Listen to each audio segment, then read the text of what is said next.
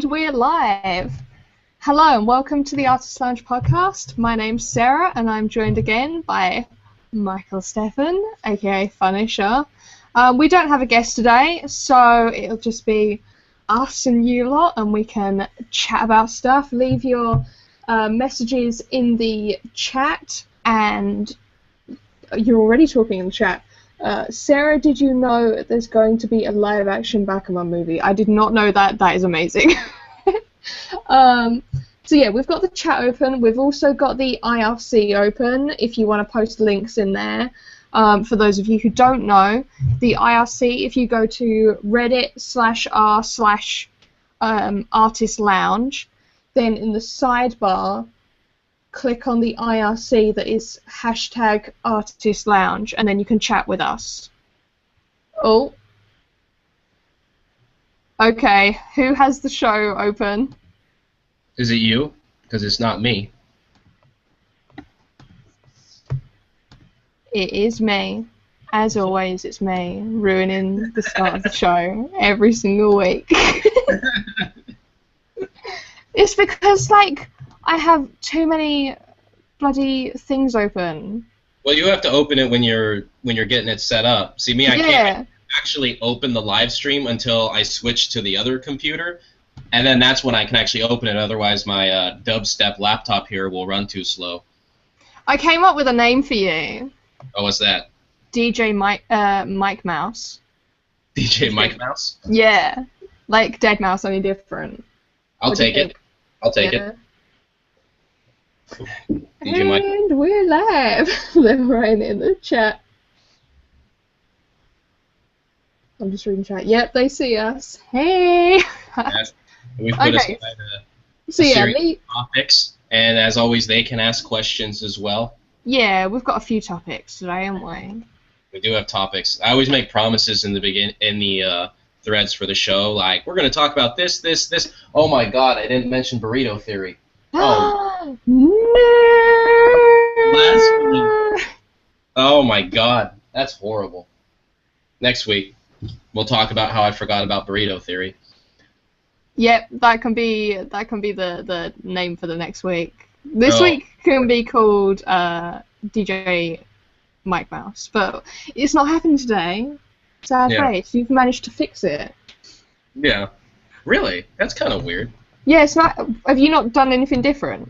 No, I mean they did do some updates recently. Maybe that fixed it. Maybe it fixed it. Although you appear to be Blurry McBlurrison today. Oh, maybe that's how they fixed it this time. Maybe they fixed the audio and ruined the video. Honestly, as far as this little laptop goes, I'd rather have better audio and bad video than the other way around. Because the video only matters on this thing from this camera. Jack Porter has reported us for no burritos. Oh my god, they're gonna cancel the show and ban our YouTube accounts. We'll be gone forever. No, we're officially sponsored by Burrito Theory. They send me a pallet full of burrito theories every month. Burrito theories? Yeah, I'm not sure, because it's not just a burrito, it's actually Burrito Theory they send me. And I've never unwrapped it, so I don't know what it looks like. What wine have you got with you today? It's my cheap-ass $2 Chuck. Even though it costs $2.50 now, so now it's $2.50 Chuck. I just like... Huh? Sorry, what was that? Well, I was just going to say that apparently my roommate, Tim, who draws with us, has informed me that apparently there's been arsenic levels in the wine in California, particularly cheap wine, coming from the soil. Oh my god. I assured him that I'm invincible, so I'm not worried about it. I'm going to live forever. I'm suddenly very worried. I'll be fine. What are the odds that it's me, right? It can't happen to me. I mean, if you're gonna die, die on stream, because it makes good TV. That'll make good TV, and at the very least, I accomplished all the art I wanted. Whew! Thank God. Whew! He died doing what he loves. Inhaling drywall dust and concrete dust in a warehouse. Yep, that and drinking way too much wine as well. Drinking cheap wine? Not way too much. I mean, this is like over the course of as a normal podcast runs anywhere to 20 to 65 hours, this really is not that much in that much time. No, it's not that much, to be fair. I just, like, shoved an entire Bounty bar down my throat, and now I feel really ill. That's probably what it is you just downed a brownie super fast. No, it's not a brownie, it's a Bounty. Do you not what? have these? Do you not have these in America? Brownie. Wait. This guy. Bounty. No. What's that? It's chocolate coated it's like a little bar. There's like 2 bars in each packet, and it's a layer of chocolate, and then all of the middle is like coconut flakes. Mm-hmm. And then that's it. So it's like one of our Mounds bars. I've never heard of that. I believe. I don't know.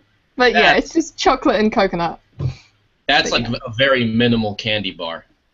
Yeah, but it's quite big. And I just like ate the whole thing in like 30 seconds, so now I don't feel 100%. We have a candy bar out. Do you guys have big hunks out there? Big? I mean, we have guys. Well, I mean, you guys have hunks, obviously. I see the athletes. Woo! No, but What is that? I don't know. There's a candy bar called a Big Hunk, and I always made fun of my friend for eating them. Only because I swear to God, they're just nougat. I don't think they have anything else. I think they're just like a big pad of nougat, and I always think myself, how it's pronounced, nougat. Nougat. Isn't it nougat or something? Nougat? Is it nougat? Nougat, yeah, it's nougat now. I don't think it's a real candy bar because there's no chocolate component, or at least you need 2 ingredients. And I'm pretty sure, I don't even think it has anything else but nougat. And I theorize that it was a candy bar factory that broke before they were finished making the candy bar. And now they're trying to pawn it off on the American people. Oh, Jack Porter says Twix. Yes. I love Twix. Twix are fantastic. Bounty is a kitchen paper brand in America. Yeah, so it's a kitchen paper brand here as well. It's just we also have chocolate. Because why not? Jeez. Oh, you cut out for a second. Bounty means to us. Yeah, no, we have that as well. And you guys have a bunch of stores with cute names. Like Boot and Snippy Snaps. And, well, Tesco's not a very cute name. I saw a thread recently that said it said what should you not say when you're in England, and I read through it, and I gotta say I was pretty clear. I didn't say all the things people were suggesting out there, though I did try to impersonate an accent, but that was only offensive. I did that on the show, and it was only offensive because I'm just bad at doing every accent. Doesn't matter what country it is. It always is about 6 words in. It goes to pirate. It defaults to pirate, no matter what I try. Yeah, I can't do accents at all either. I love it when people try to do American accents because then they always try to say things that are what they think would be an American phrase. The eagle stole my cheeseburger and my credit card or whatever. I don't know. Because that happens every day in America. I shot the hamburger with my gun. Yep.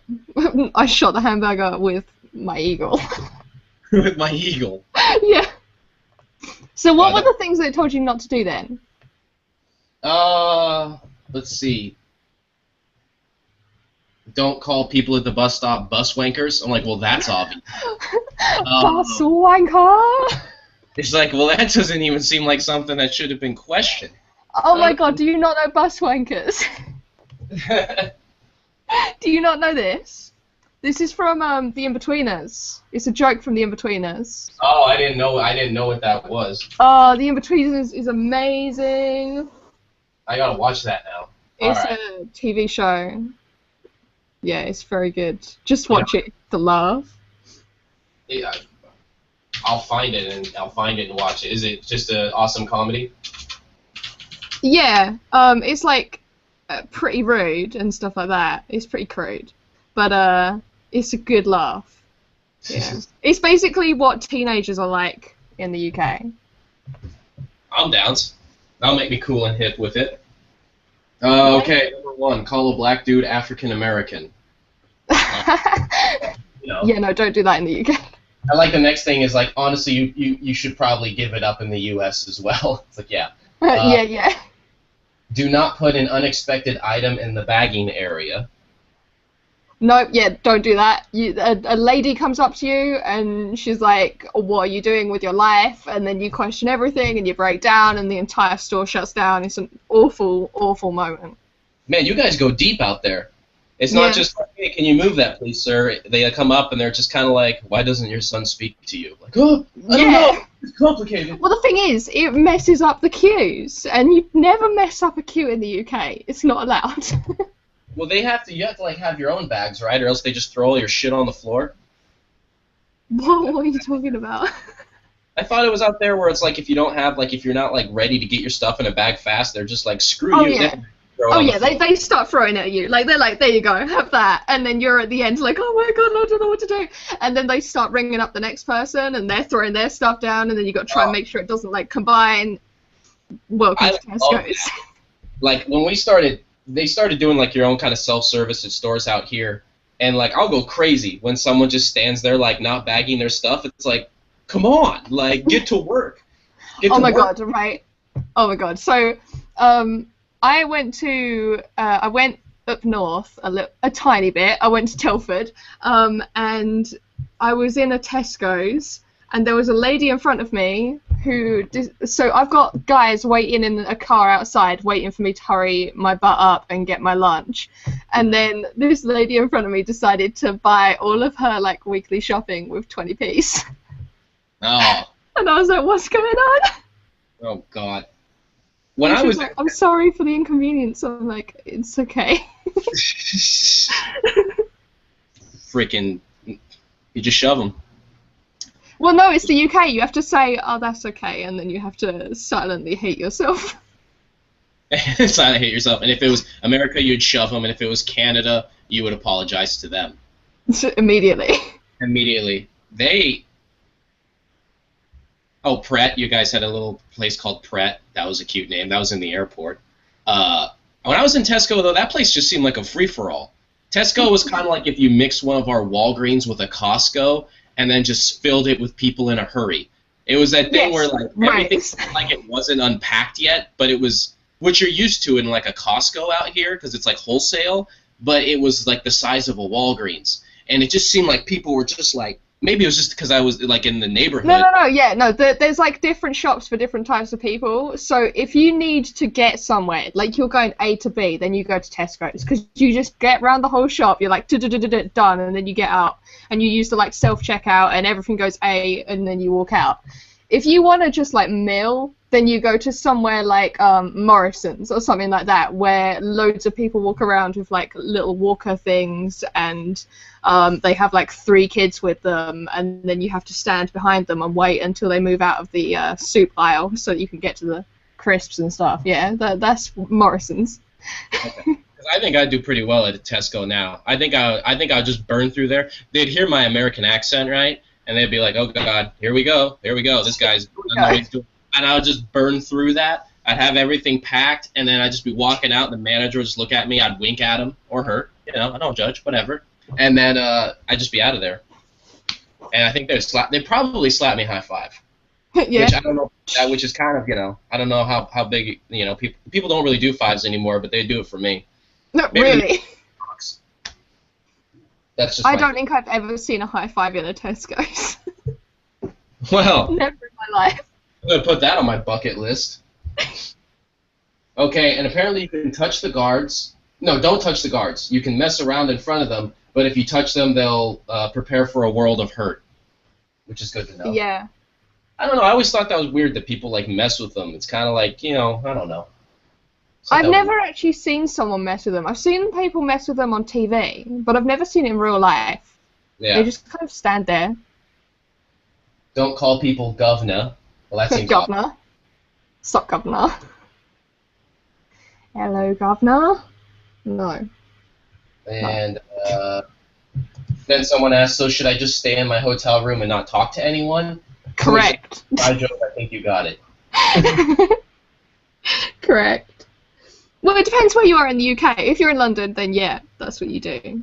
Yeah. come to Liverpool and walk around with a copy of The Sun. Seems like that must be a bad idea. And then my favorite is do whatever the fuck you want. We probably won't say anything. Yeah, that's about right. I love it. All right. I should switch cameras. I'm going to do it. I'm going to switch cameras. Oh, apparently The In-Betweeners is on Netflix. Sweet. I'm so on it. Apparently they also have the movie as well. The movie's really good. Let's see here. Let's see. All right.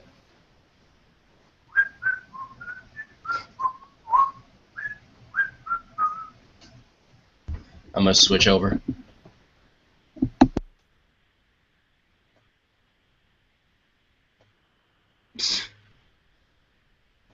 Meta Baron keeps changing his name in the IRC. It just keeps coming up as different variations of Meta Baron with like Leet Speak.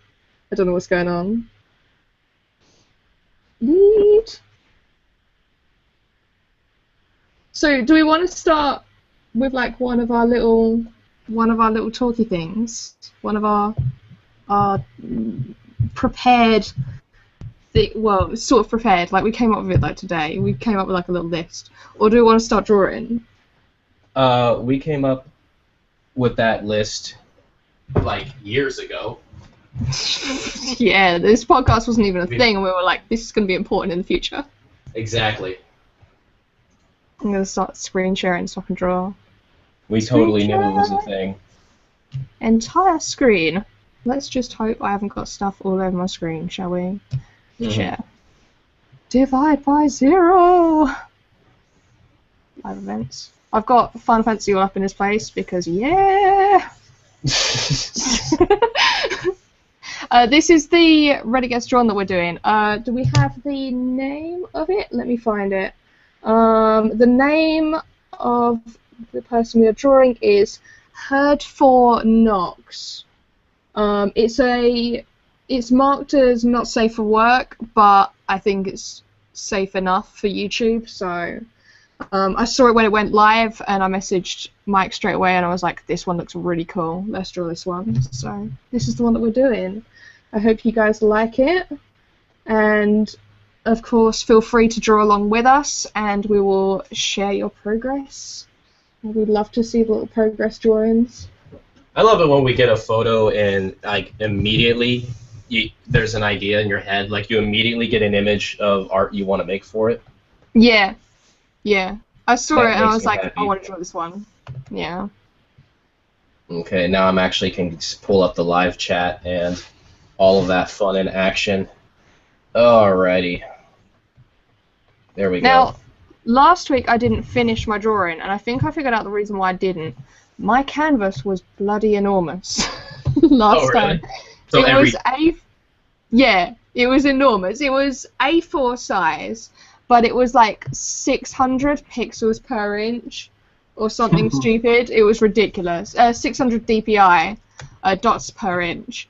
And I was like, no, that's too big. So I've gone to A5 this time, and hopefully that'll mean I'm quicker. That's nuts. At least I think that's nuts. It sounds nuts. It sounds nuts. I nuts. don't know digital where. It's. Jack Porter says there's no nips, so it's fine. I think the largest RGD I ever did was it was like 4 feet by what? 2.5 feet or something. Yeah, it was like an oil painting. And then I was bummed because I actually did it. I did this whole oil painting that was pretty big in one sitting, and like it took about I think like 6 hours. And then it's just by then it was just like buried. I was like, oh well, you know. But it was like one of my kind of like most epic attempts ever. Like this 4 by, I think it was. I'd like to say it was 4 by 3 feet, but it might have been like 4 by 2.5 feet oil painting. Did you post it in the lounge? The lounge didn't exist then. This was back in the day. Well, there's your problem.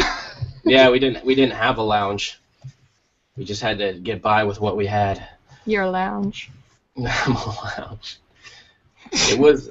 My mom calls you furniture. That made me so happy. I don't even know why, but being known as furniture, it's because it doesn't work as a nickname, which makes me love it as a nickname. I think that's amazing. It's perfect. I love it. I've never heard someone have the nickname furniture. Like I don't walk into like a bar where my friends are hanging out and no one goes, "Furniture's here," you know. Well, Mike, the furniture's Steffen. What are you doing, Mike? Just furnishing.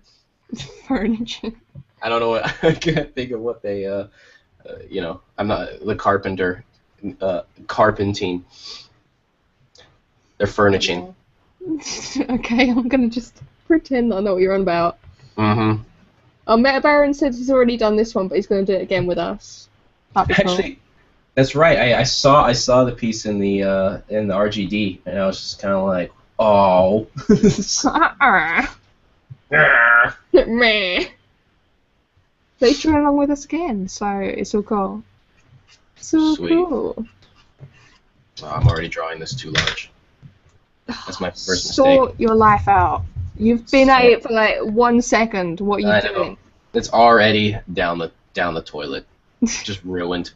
No, it's funny because I don't usually what I found since the way I draw is kind of the features and then growing them out.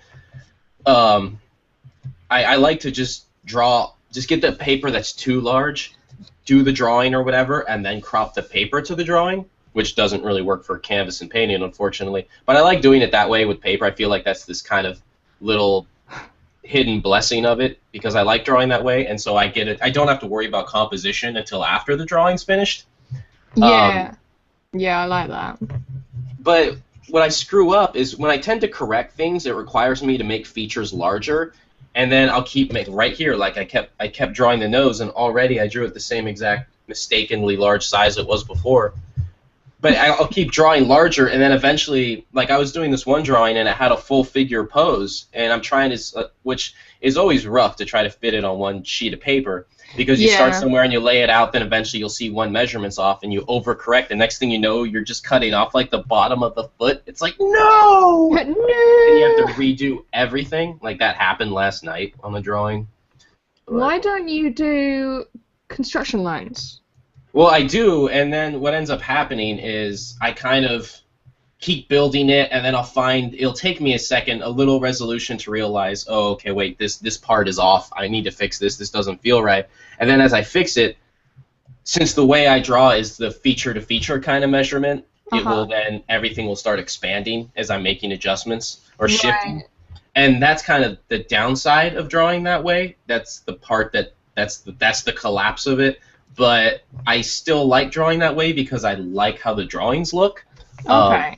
So it just comes with the terrain, and I think I haven't practiced like full figurative stuff in a really long time. I've just been doing a lot of portraiture and landscape, but not actual what I consider figurative work, and I'm just getting back into that. So there's a lot of room for error as I get my techniques back in order and figure out what works and what doesn't. Yeah. Which also means it's really frustrating. Yeah.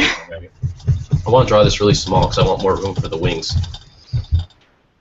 Well, that brings me on to something that I wanted to talk about. So, how do you tackle a new technique? If you're learning a new technique, what is your kind of like process in trying to learn it?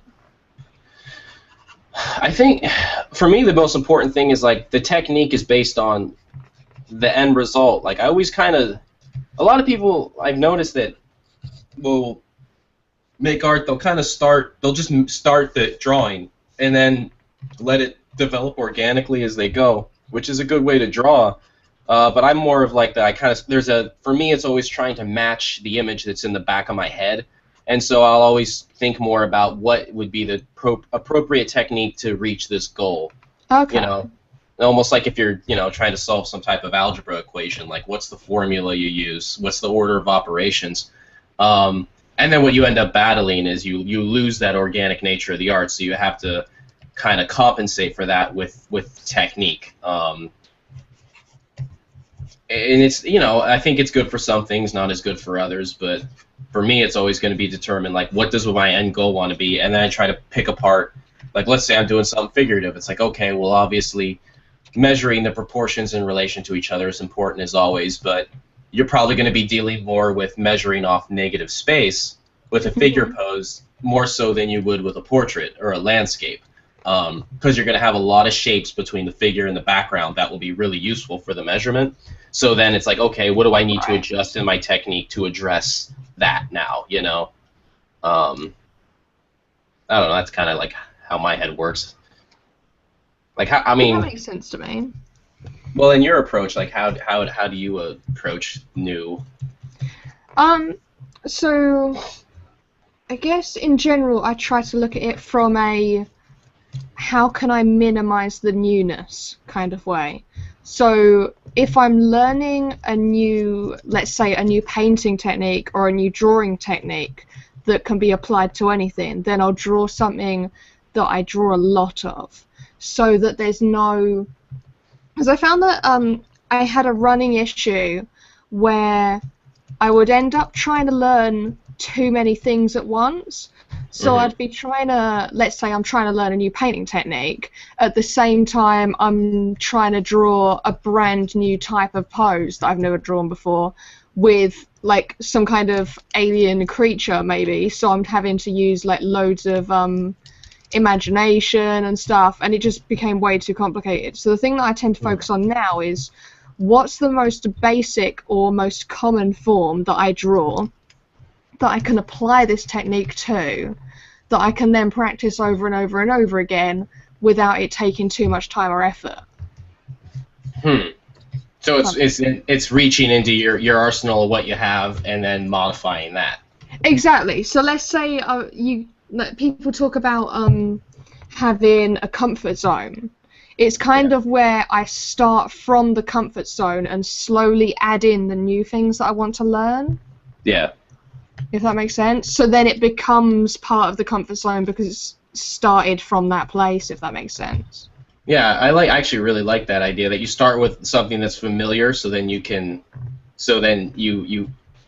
it's not a matter of relating to it, but it won't feel as you won't get the what would be, you know, a culture shock of your own techniques, you know.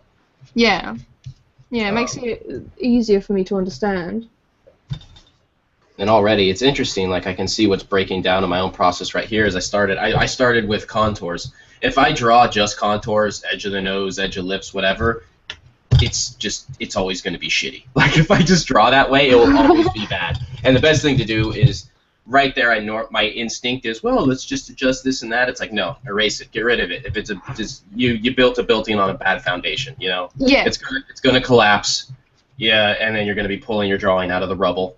And that's the fire. why I had to restart last week, because it just got to a point where I was like, there's no way to fix this. I started off bad, and and then I'm stuck with it, and no matter how much I try, it's not going to fix that. I need to go back, return, and fix the starting bit.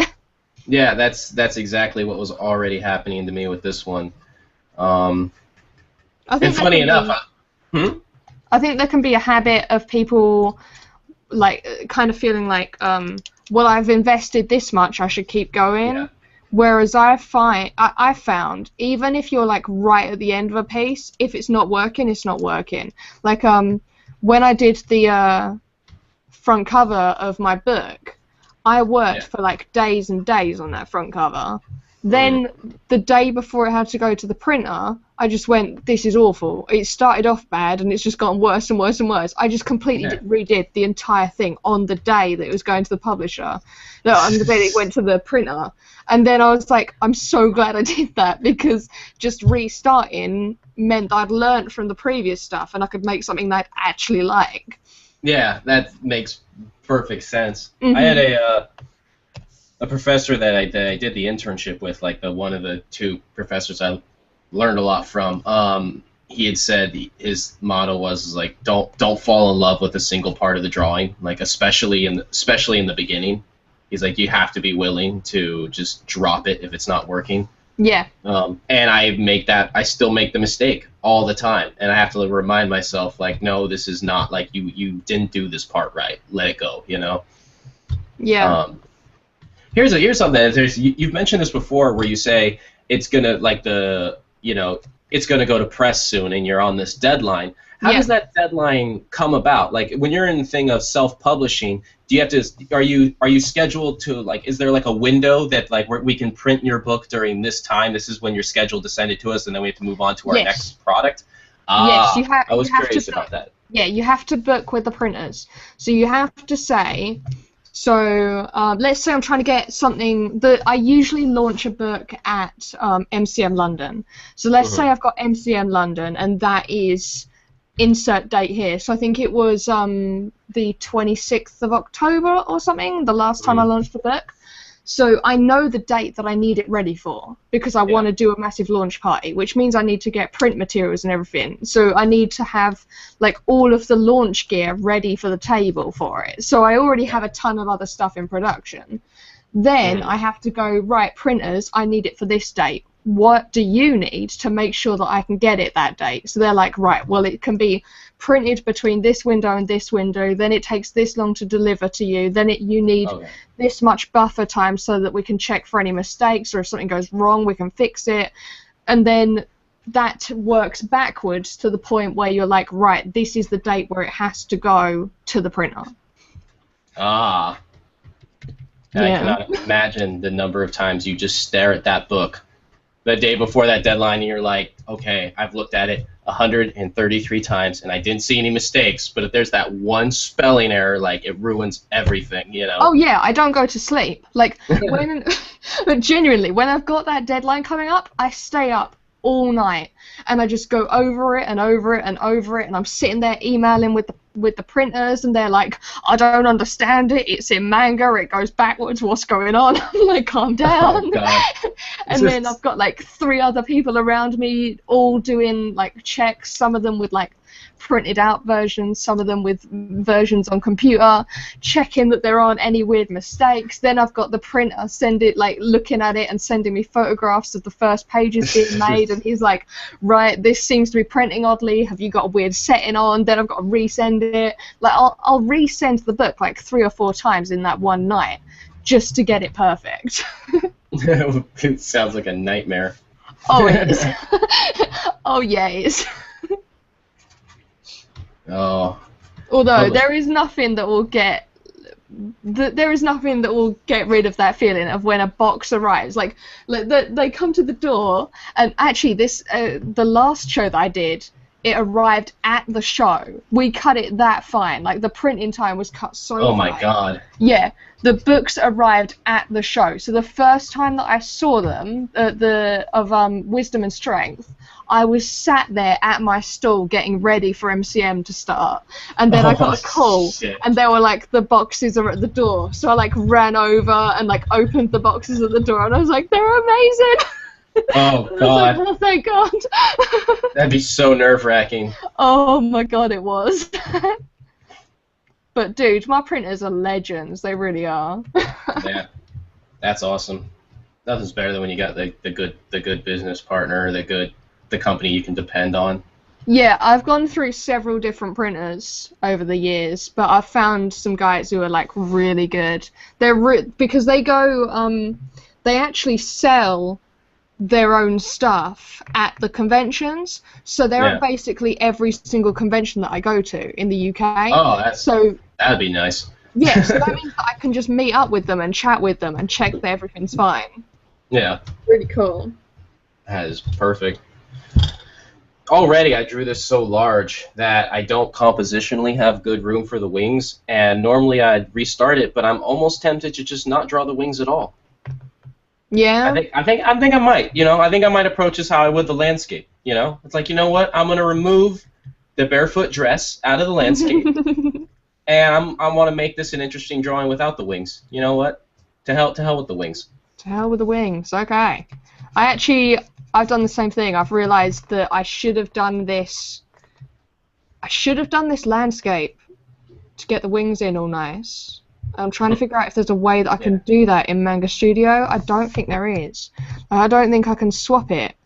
Oh, but I could make a new file and copy and paste it, I think. I didn't leave enough room I drew it large. I started small, went large again because of the way I do it. Yep. And yeah, and now that's the situation I'm in. And you know what? I'm just gonna roll with it. Don't even care. Roll with it. What could lead to the topic of happy accidents? Because right now I actually would not consider this a happy accident. I more just feel like instead of happy accidents, what I'm left with is a deal with it. Is the situation it more feels like. Do you believe in happy accidents? Yeah, sure. Yeah. I mean, it doesn't feel that way for me because it's not. I don't know if it's a problem that I should adjust in my mentality towards the pieces, but usually when I'm making a piece of art, I feel like if I'm, I can just deal with mistakes, but usually the mistakes that I deal with are ones that are not. They don't make a piece better. They make it worse. Like, oh, but I drew that part wrong, and now it looks distracting. You know what I mean? I don't see it as in. There's no right or wrong. You just roll with it. It's like, no, it can be wrong if it is distracting or it's not going towards your desired goal. Yeah, if it detracts from the composition or the story that you wanted to tell or something like that, then I think it can be wrong. Yeah. Yeah, it's like, oh, well, this is not a happy accident. This is a mistake that is making the piece worse. And it's always going to feel that way for me because when I make mistakes because when I'm working on an art piece, it's a very personal thing. Like there's definitely an image, an idea, and a goal I have. And if I made a mistake, I am further away from that goal. And then and then all I'm left with was a drawing that's like, oh, that's fine, but I don't care about it as much. Mm-hmm. So I think it depends on what your process is. If you have a more organic process, like you kind of dive in and you just roll with the thing and see how it goes. Sure, there could be a happy accident, but that's not, at least as of right now, that's not how I work. Right. So for me, there usually isn't happy accidents. Usually when I make a mistake, it ends with me tearing up the drawing and usually I won't even try again. Lots of times I won't, unless I really want the drawing to happen, I won't try twice. I'll just move on. I tore up a drawing recently, not because there were some things I had to fix, but I tore it up because I didn't want to work on it anymore. Like it was not finished, and there was other drawings I wanted to do more, and I don't like having unfinished art sitting around. So I just tore it up, and I think I that's just throw because stuff in the bin when I'm done with it. I'm like, I'm never going to finish this, and I can't bother. So goodbye. Yeah, and what makes you decide that you need to throw away unfinished art? I'd be curious to hear your reasons for throwing away unfinished work, as opposed to just putting it aside. Because I throw away unfinished work if I feel like I've leveled up in the meantime that I've been away from it. So, one, I'm not being paid for it. Like, if I'm being paid for something and I feel like I haven't done a good job on it, then I'm going to restart it and do that, but it's still going to be on the same piece. So I don't really count that. Yeah. But if it's like a piece where I was just like, maybe a Reddit gets drawn, or I was just like playing around or something, and then I look at it later and I'm just like, I hate that, or I'm way better than that now than when I started, even if it was like only a few days ago or something.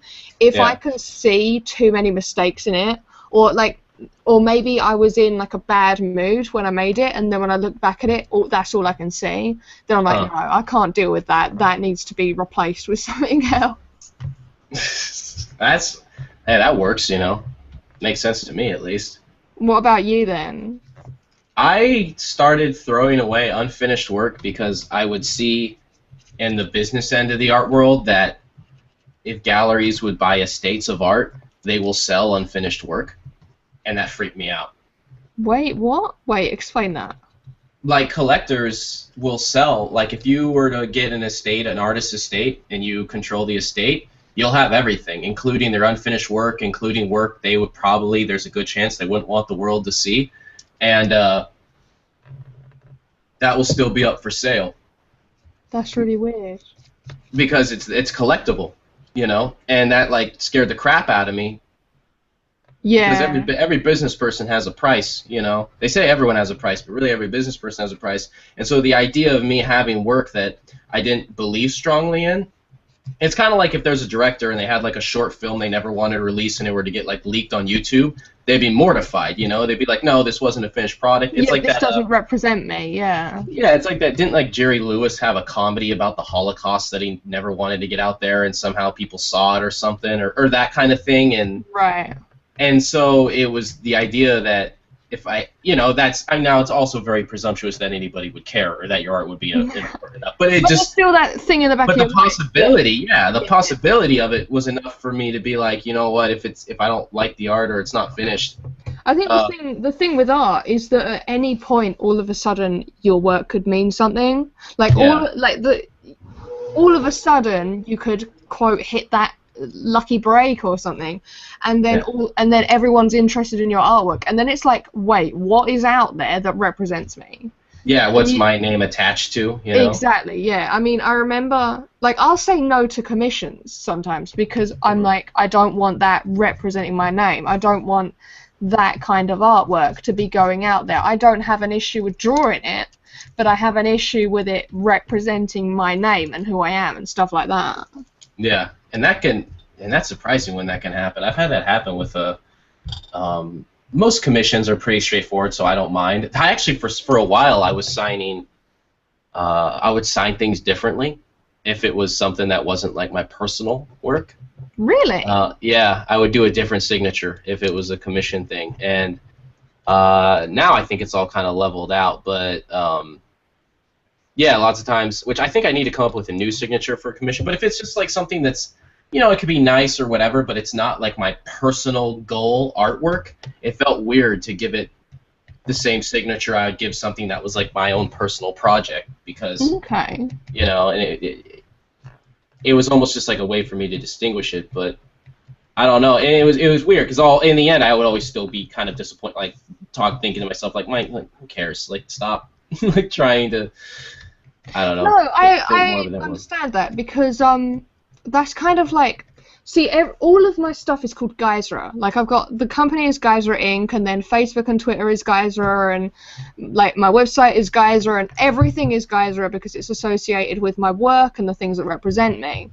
Yeah. But then I've got the YouTube channel and my Reddit account as A Gamer Draws.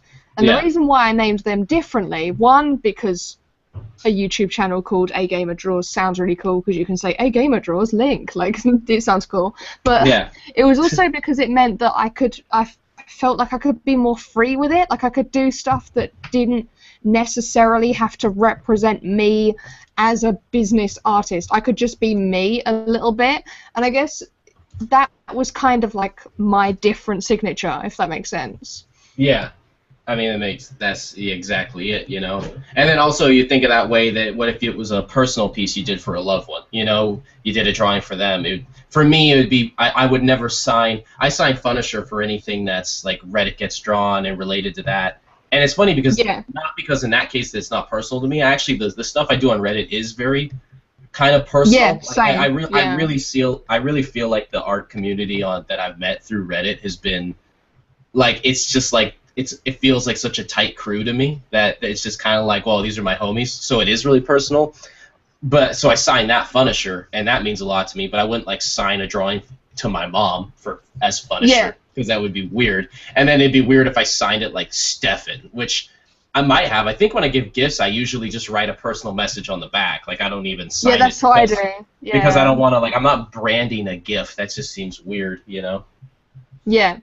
I mean, I sign it, but it's usually like the tiniest little signature, like mixed in with the drawing, and then on the back I'll write like a little message. Yeah. Jack Porter says that I should make my picture go full goth because my sketch is kind of gothy. Go all out. Goth Angel. I'm really tempted. I might.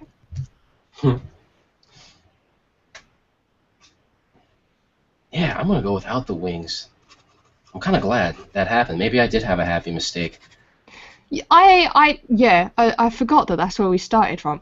I believe in happy mistakes, definitely. I think I agree with you in that if it starts moving away from maybe the purpose of the piece, and then the purpose is obviously subjective to yourself, but whatever the purpose was or whatever the original vision was, if I feel like it doesn't capture that, then obviously I feel like that mistake that happened is wrong.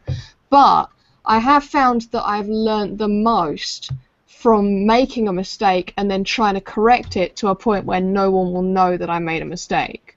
Yeah. I think that taught me so much that helped with comics, because the thing was, when working on the comic, you're doing 200 pages. Something's going to go wrong, right? And you're drawing it all in pen, and you do not have the time to keep redrawing a page. It's just not going to happen.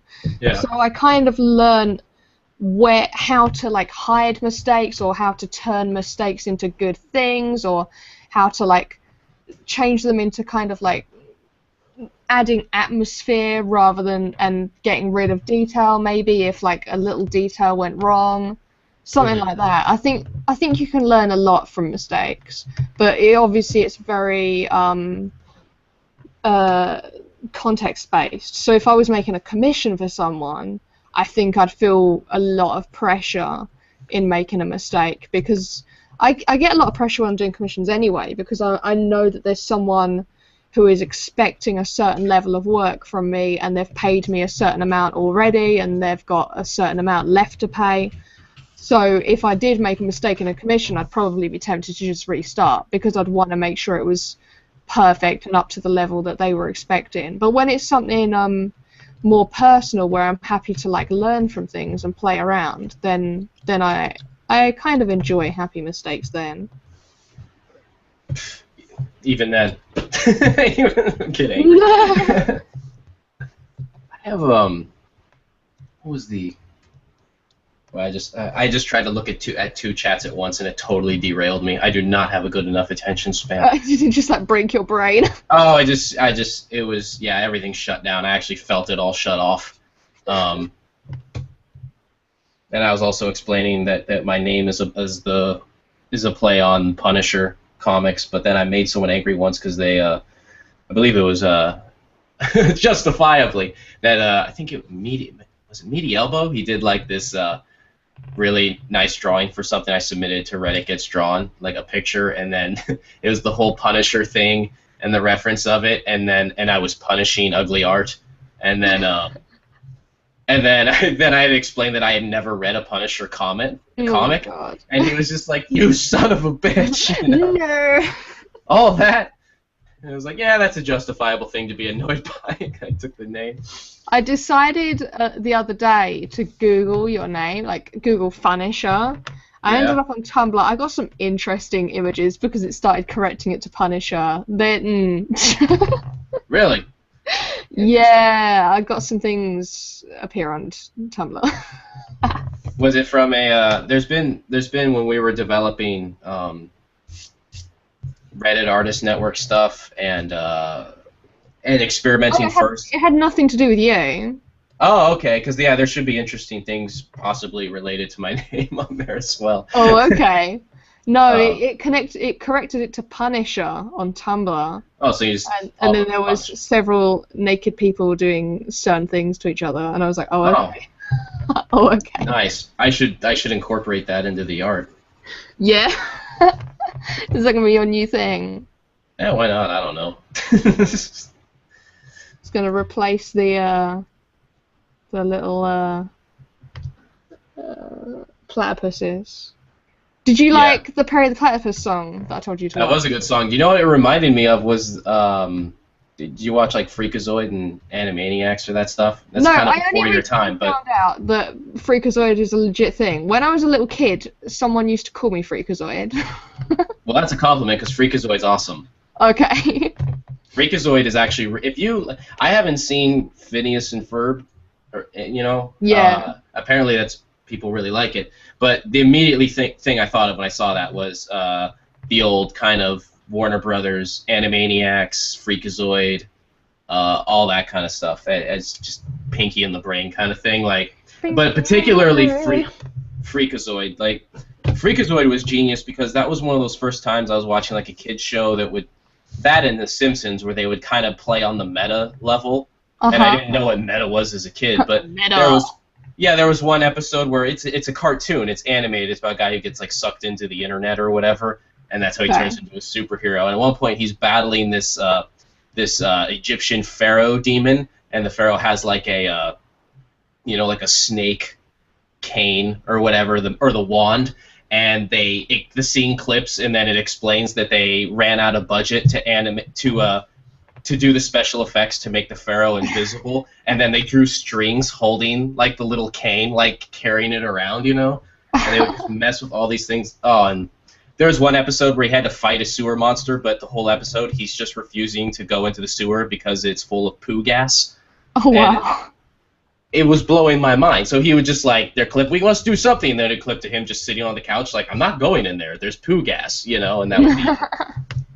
They had a whole character where the intro song was too long, so by the time he would go to solve the crime, but then it would be too late, like because they'd be doing the song.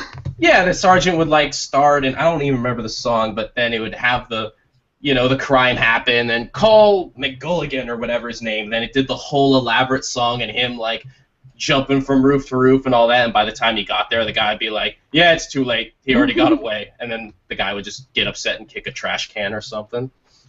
It was awesome. Watch Freakazoid, seriously. And I love the little platypus sound that drives everyone wild. It drove me wild. I did not see it coming. I showed that to my mum today as well for the first time. She'd never seen it.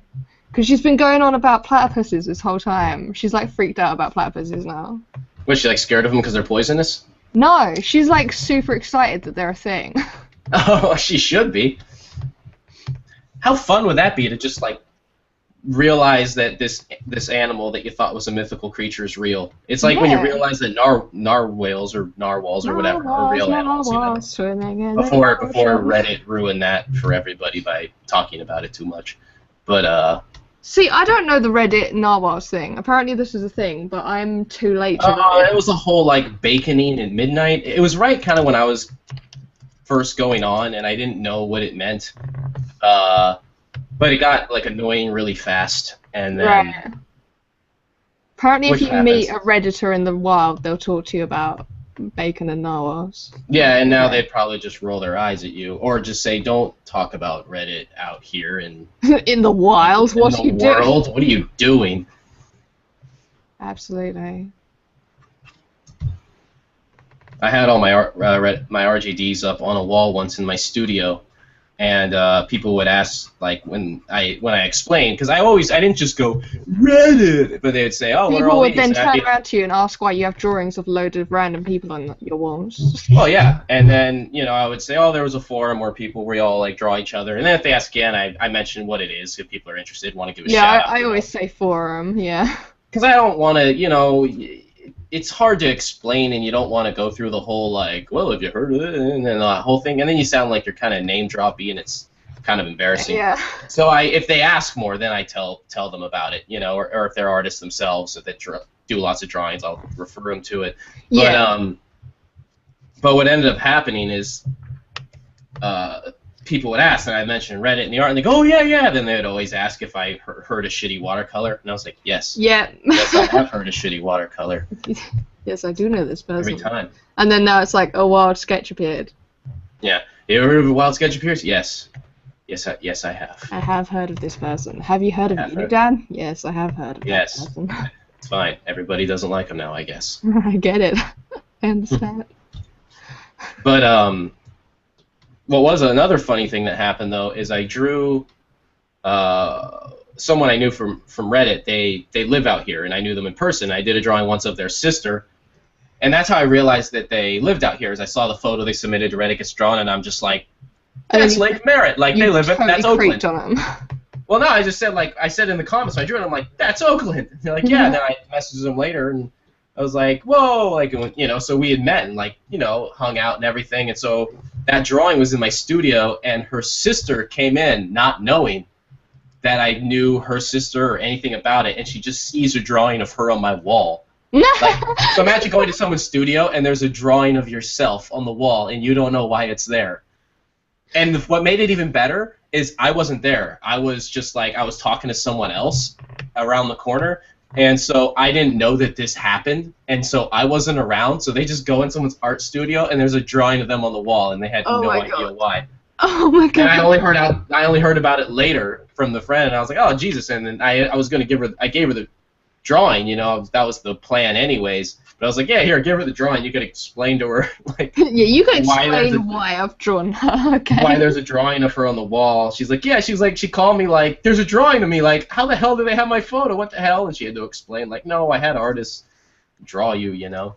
But it totally freaked her out, and I was so glad that I wasn't there. Not because it would have been awkward, but because it just made it so much funnier that there was no one to tell them what happened or why. But I mean, what are the odds, you know? Yeah. I like that. That's pretty cool. Yeah, it was pretty great. Made me happy.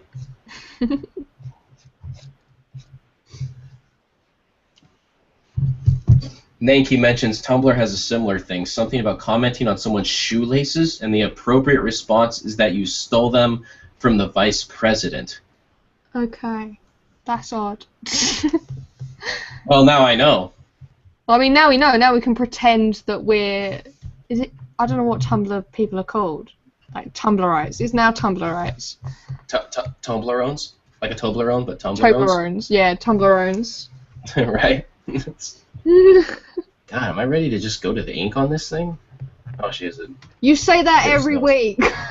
I say, I not only make the same mistakes on all my art, I will also have the same struggles and the same insults to myself. It's never different with the art. No matter how different the art is, I will always have the same hurdles and same realizations, the same breakthroughs.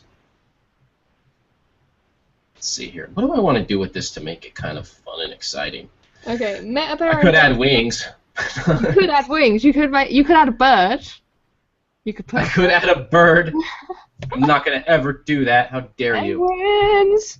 Metabaron asks why I have a glove on my left hand even though I'm right-handed. So you know that I have the right-handed one that protects my hand. The left-handed one, I actually use it for traditional art most of the time, and it's just for stopping me. You know when you hold a piece of paper and you've done it in pencil, and then obviously you don't have to do this because you've got it stuck to a board, but if you're working on a little piece of paper or a sketch pad or something, and you start holding the side of the paper and you get like finger marks on it because you're like catching the little smudgy bits of pencil, I wear the other glove so that I don't do that. So I'll have my hand on the paper, but it's only touching material. Why I'm using it when I'm working digitally, I don't know. There's no reason to do it when I'm working digitally. I just feel more balanced when I've got one on both hands. So I don't know, it's weird. Now that I've been using the smudge guard all the time, I started to find that when I started drawing, I'd feel weirdly naked if I wasn't wearing it. Like if you try to go and play a sports game but you haven't got your kit on, you've got like normal clothes on, it just doesn't feel right. So I had to keep wearing that, and now that I wear the other one for traditional art, I can't just not wear it. It feels strange. It feels weird to you now. Yeah. It'd be like walking out of the house without like your keys in your pocket or whatever. Yeah, or like your phone in your pocket. Yeah, it just feels wrong.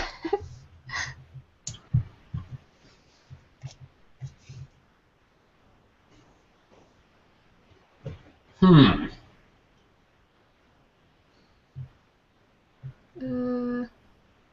really don't want to add the wings. I actually think I have room for them, but I don't think I want them.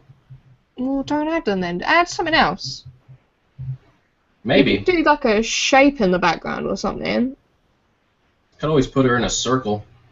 That's what I was just thinking. Circles are fun. That's what I was just thinking. And then, like, if you did the circle coloured, then you could have like some kind of like white glow around her or something like that. So my big circle stencil. Let's see. Maybe. So there was something that I saw pop up in the lounge this was actually a couple weeks ago, but I thought it was interesting, so I thought maybe we could see if we have any insight for it. Okay. Someone was saying that they struggle with color theory, but that whenever they try to look up color theory and the advice about it, it's always really techy. So it's always like the theory behind why we see colors a certain way and things like that. But they were saying they don't know how to apply that to their artwork because they don't know how to physically... Is there a way to learn color theory that's more tactile and less, I guess, I'm looking for the right word, that's not as esoteric or convoluted? Yeah, not as, like, intellectual in the way where you have to study it. Is there a way to kind of feel it, like a kinesthetic style of learning for color theory? That'd be like the Goethe book, Goethe's Theory of Color, because he's kind of the philosopher approach, and wrote the book Sorrow's a Young Werther, which is one of the first books ever written about suicide. The man was full of feels, but so the way he approaches color is very feely, not always scientifically accurate. I should just grab the book. But the thing is like color. The color wheel was invented by scientists, not artists, and so it's very much a color theory is very scientifically process rooted. Yeah. I find that all in all, lots of the decisions I make on color do not really go too deep into color theory. Like, I'm not dealing with like the triads of colors and whatnot, maybe as much as I could or should. Especially if you're an abstract artist, you probably go deeper into color theory. Oh yeah. Really you should do it all the time. I mean, this is probably bad advice, but in the end, it's kind of like what I find more than anything else. I'm always distinguishing between warm and cool, like beyond. Because with the color wheel, if you draw a line straight across it, and you know what? Do I have a color wheel? I used to have a color wheel. I wish I should have grabbed it. I'm on digital, so I've got a color wheel in front of me. Yeah, and here, give me 1 minute. I'm gonna grab the Goethe book, and I think I know where the color wheel would be if I have it on hand. Yeah. So I'll be back in one quick second. Okay. I do think that the Goethe stuff is still very techy, really. I watched a really cool documentary about it, but it did still derive a lot of the stuff that it was talking about from the kind of like Newton and the techie color theory. I think the only time that I've really done learning color theory physically was in at GCSE in school, where we would sit there and we'd have like paints in front of us and we'd add the tiny little tints of white or the tiny little tints of blue and we'd see how it changed, and we'd manually do that for several different colors, and we'd create kind of like fades across the page and see how it evolved. But I'm not aware of any other way that I did it, which was why I was wondering about it. By the way, chat, if you guys have any questions, feel free to leave them in there, and we will discuss them. So, Goethe's theory of colors is very much the kind of philosophical approach, the very the feeling it out approach. I mean, when you get a quote by Beethoven on the for your book, that's pretty good. Yep. But it's broken down into just kind of, it's kind of like reading. Like, I remember another book I really liked was Robert, probably pronounced Henry, but as an American, I'll just say Robert Henry's book, The Art Spirit. Also kind of, it's taken from lectures, so a lot of it's broken down just into little, I don't even know what the term is because I don't know enough about English. I don't speak quips. this language. Just brief quips about things. Many fruits, too, are colored internally. Pure red juices, especially, are common. Okay, in case you need to reference 628. But it's just, this is how the whole book is. But what it is it even though it may not be scientifically always accurate.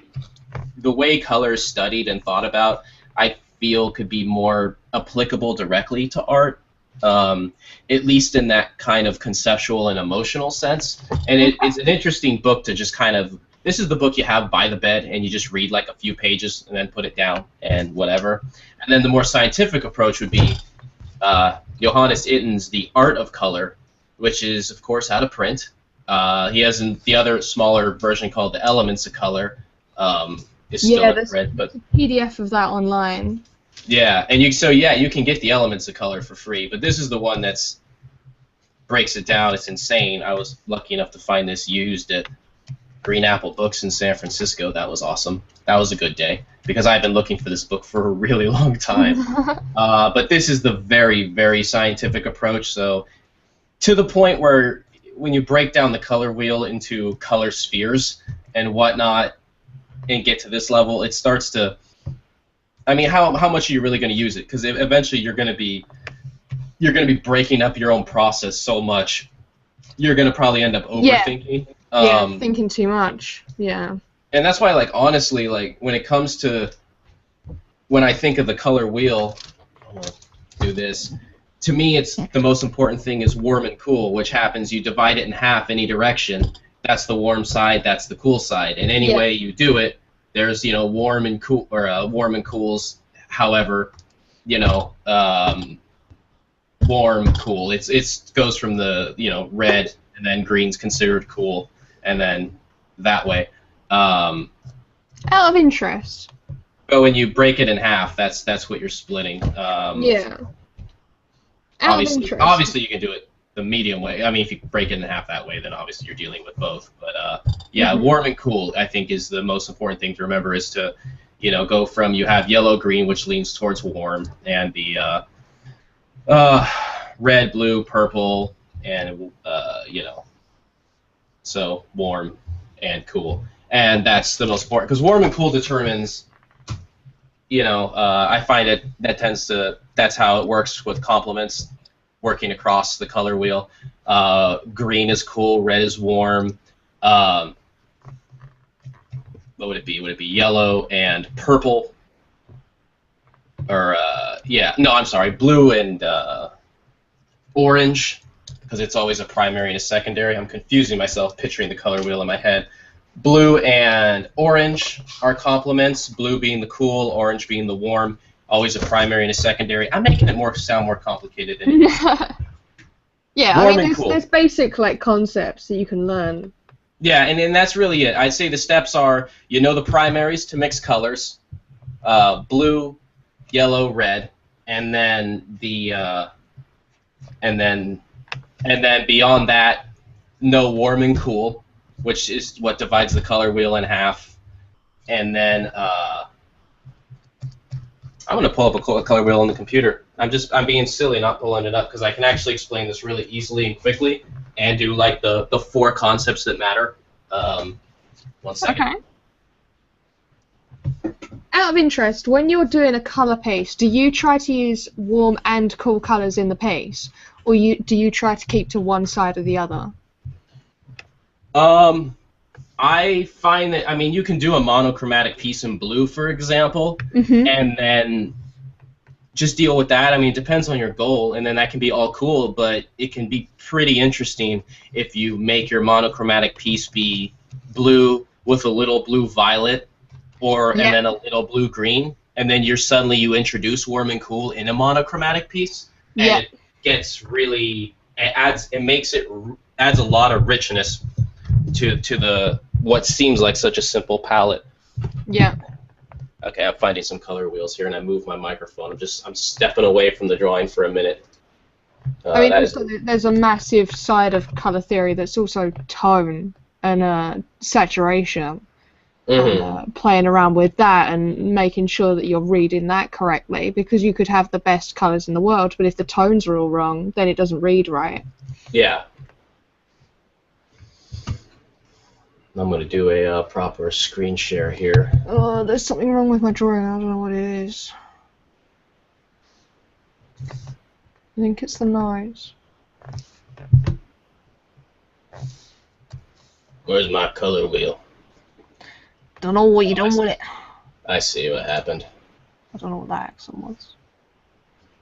Alright, now I have a color wheel on the screen. Unfortunately, I don't think you can see my cursor or anything, can you? Can you see my cursor? I don't know, there's a slight lag, so I can't even see that you switched screens yet. Oh, heavens. I got a big fat color wheel here. This was actually the little color wheel made of paper that you can shift around that I was required to buy when I went to school. I felt a little excessive. But lots of times they'll do the value scale than the color scale. And so if you look at the color wheel, what you end up having is the primaries, blue, yellow, red. Secondaries is if you mix blue and red, you get violet. Blue and yellow, you get green. And yellow and red, you get orange. Those are secondary. Tertiary, yellow, orange, yellow, green, blue, green, etc. And if you draw a line across the color wheel, you can divide it between warm and cool colors, which would, you know, depends where you draw the line, but breaks down, you know, yellow, green, yellow, yellow, over this way. Right here. So red, violet, through yellow could be your warm colors, and then, oh, look at that, they even had it labeled on the wheel. Nice. So yellow to red, violet are your warm colors, and your cool colors are yellow, green to violet. And this is the important thing to remember, is when you have cool colors, those recede visually into the distance, and warm colors come forward. Yeah. So artists like Mark Rothko or Hans Hofmann would play with that a lot. And so use that to your advantage. You want something to really come forward, you add a warm light to it, and it pops. You probably noticed that when you're painting a figure or something, you add a warm tone to their skin, and suddenly it seems like so much volume has been added to the piece.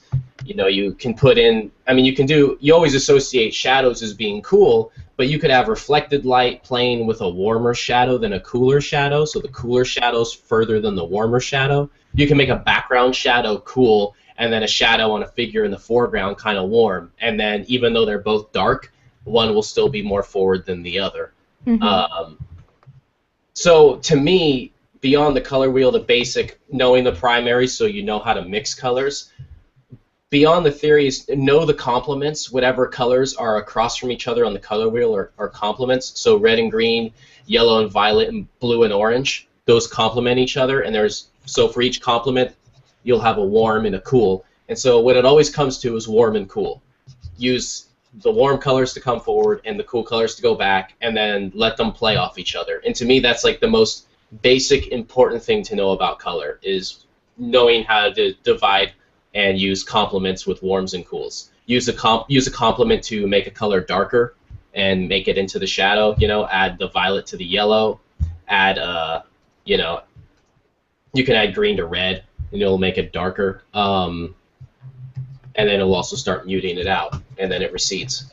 Yeah.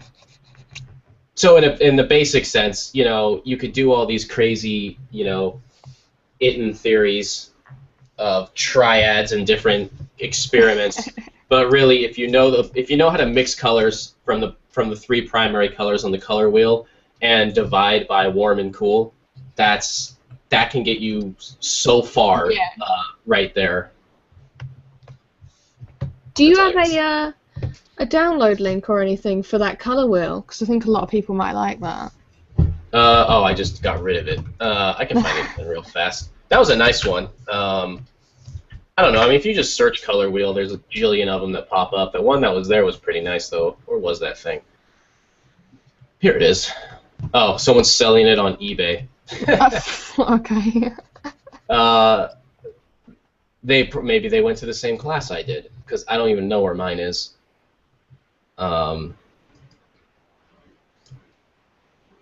But yeah, that's this is a guide to mixing color wheel for amateur and professional use. Yeah, I mean, if you just go any color wheel you can pull up, you know, and once you have that kind of memorized and it's in your head, then that's really all you need. Get it. Memorize? In the beginning. I mean, it all depends on, I mean, it depends on your goals, right? I mean, if you want to be an intensely color-focused theorist artist level with your with your abstract paintings, then yeah, you keep pushing it as far as it will go. But in a general sense, when you're learning, I mean that covers that basic concept of just mixing from how the color wheel's laid out, and then always kind of keeping in mind warm and cools can take you so far alone. Yeah. I don't know. Definitely. When you think of color, how much do you think of it? Like how much do you think about it consciously as you're working? I mean, I've worked in black and white for most of my career, so color's a very new thing to me professionally. Obviously, I've played with color a lot before, but like working with it, it's something that's very new to me. So I try to remember kind of like mini rules, like the idea that certain parts of the body, like if you're colouring skin, for example, certain parts of the body are redder than others, certain parts are yellower in general. So I try to remember like neat little tricks like that, so that I don't have to think as much. And then once like my art kind of depends on me getting into the zone, essentially.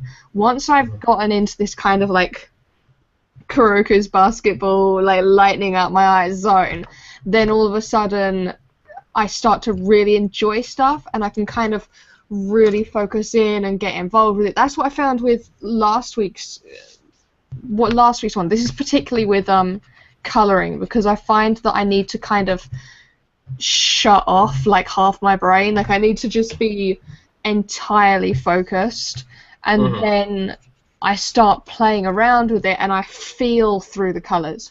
Like I'll know generally the colour theory, but I want to play with it and see where different colours take me, maybe adding in colours that I maybe can't see in the reference, but I know from other colour theory and other work that I've done they'll look good. Like like I might see something that's completely black and decide instead that I'm going to colour it only with blues, and then try and create that black effect, but only with a completely different colour. So I guess it's something that I just try to kind of have a game with, I guess. Yeah, I think that's the best approach to it. Is don't just think about it when you want to use it. Don't think about it too much before you start. Think about it as you're working, and then what can you do to make things more interesting? Because as you learn it and apply it, it does help drastically. If you're painting a black area, you mentioned you're using a blue instead of black. That's really important. Don't think of black, white, or brown as black, white, or brown, because as you saw in that color wheel, it did not have black, white, or brown. What a black is it's a really dark red or yellow green. It's a very dark. It could be a very dark blue. It could be any color. It's just a very dark value. White's the same thing. It's any color but a very light value. And it always changes. I mean, an egg is white until you turn on a room with a blue light bulb, and now it's not white anymore. And then you have to learn to not think of objects as having a specific color, because they don't. They're only affected by whatever light is around them that's being reflected. Yeah. But then again, that's going back into all the techie side again, isn't it? Really? Yeah, I mean, when you go deep in it, it starts messing with your head. I think when I started really thinking more about color when I was painting, because when I draw, I didn't think about it a lot, and then when I was doing when I was working on, when I use markers, it's more like kind of color matching. And then when I was painting, you only have the paints you have, and you find yourself, you have to actually mix the colors from scratch. Yeah, I had the same thing, but with markers. Yeah, and then you had to start figuring it out, Yeah. And that's when you really started at least having to know how to mix colors. But I found that when painting, the approach that really helped me was to not mix every color from scratch, but to mix a palette first. So I would know the image, or let's say I was working from a reference, to take the time to mix 8 or 9 colors. Like a palette I would mix like a 4 warm colors, 4 cool colors of varying values that related well together. Yeah. Sometimes even if they weren't the colors of what was in the photo or the model in front of me, and then I would try to do, and then I'd only take white and black in those 8 colors, and then I'd do the whole painting with just that palette. And then that made everything harmonious, and it made it work together because I made sure that the colors work together. It's more important that the colors look good together than them looking accurate. Yeah. There's a thing that I've heard that if you're doing master studies, you should look at what their palette that they used is, because it will be way more interesting and maybe completely different than what your brain is correcting it to look like. If that makes sense. Yeah, that's absolutely. I think that's kind of one of the most, I don't know, that made the biggest difference, at least to me, when I was dealing with color, was thinking more along the lines of the relations to the colors to each other as opposed to the colors to the object or the reference. And then I think that's why it maybe felt like I wouldn't think about color a lot, is because I'd spend the first part just mixing a palette, and then once I'm done with that, now I'm just applying all the theory that was already taken care of. Yeah. But, and that's always a struggle. I mean, the red-green color blindness doesn't help. Like, I look at the cover of this book, and it's all, red and green, so, well, that's fun, Even that said, though, I can clearly distinguish the red and the green and the weird vibrating colors when they touch. That sounds so strange. I had it, and it's weird. My big, dumb, broken eyes. Demon Man finished their picture, by the way. They posted it in the Reddit Gets Drawn thread a little bit ago. Oh, let's check it out.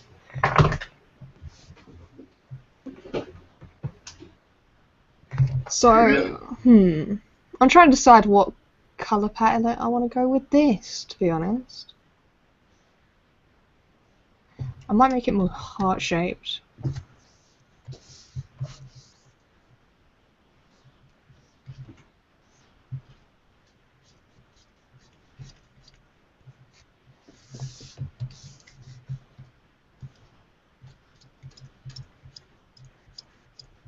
Screen sharing, actually, let's do it like that. Screen sharing, whoops, not by the microphone. Screen sharing the Monk Man's piece right now.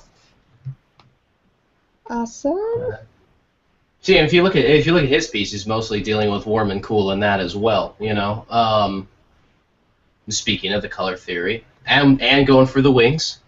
Is everyone doing the wings but me? Are you doing the wings? I'm doing the wings, definitely. Sell out. No, I'm just kidding. Wow. I'm kicking it old school. I don't need no wings. I love drawing angels. It's like my favorite thing. Like, my favorite thing to draw is dragons, number 1. Mm-hmm. Then it's drawing women, and then it's drawing angels, which is basically women anyway, but with wings. I just love it. I'm switching up to the spiritual element being the shape of the kind of border around it, kind of being the referential to triptychs. I'm doing that instead of wings, I guess. I love being able to look at people's work as they go along. I've changed the shape of the hair, and I'm wondering if I should have done that or not, because it's actually got interesting shape anyway. Oh yeah, I like the hair as it is. You were going to switch that up? Yeah, I've changed the hair a little bit, but I think I might change it back. Because I think it's more interesting in the way that it is in the first place. Because usually I play around with the hair a lot, and I like create weird patterns with it and stuff. But I think I like the more simple, choppy nature of the hair in the picture.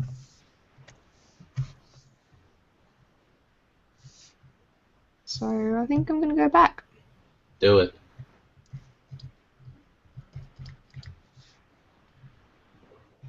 I like it when I have when I'm inking lines and like behind here it's all just dark black with the hair. So if I mess a line up and I need to come in closer, I can do that because that's just going to go right into the hair anyways. Oh yeah, that's the best. I don't even have to trip. No tripping. Don't even care. No accidents here. No happy accidents. All becomes a hair.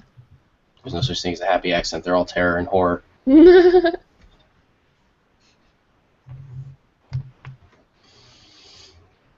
If that's what furniture says, then that's what furniture says. That is what furniture says.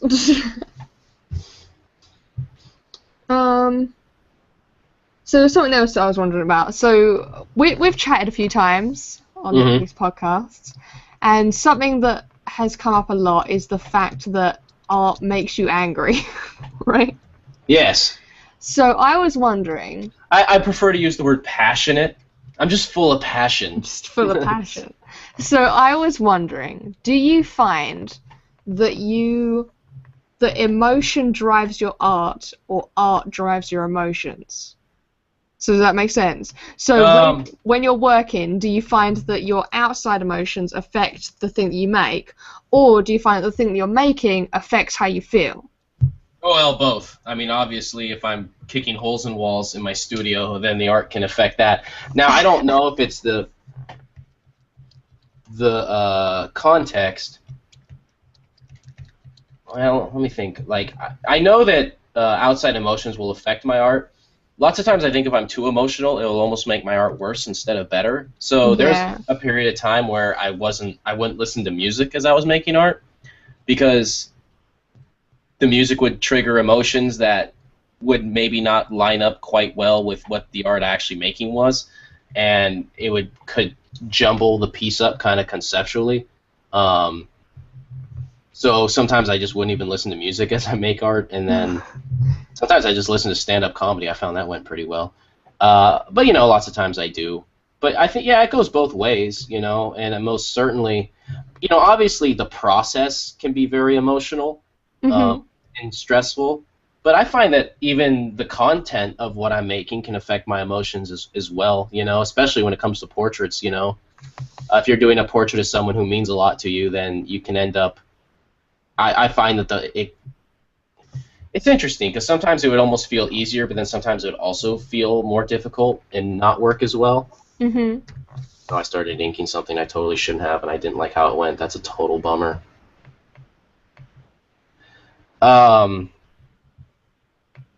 Yeah, so it's, yeah, the whole process of it can be pretty emotional. God, making art can be so stressful. Oh, God, it can be horrendous. And I think that there's two things that like make me just freak out, and it's like driving in city traffic and art. And then I don't get that angry about anything else, but I will freak out. Not as much with driving. I will yell at cars while I'm in the safety of my own car.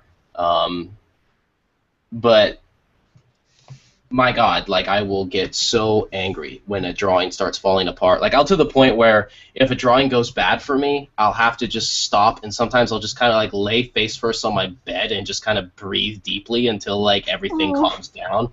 Like, I just get so, I don't know, I just get so invested in it. Like, I can't handle failing at it, because it's, I think I feel like it's the only thing that I consistently do well, that I consistently improve at.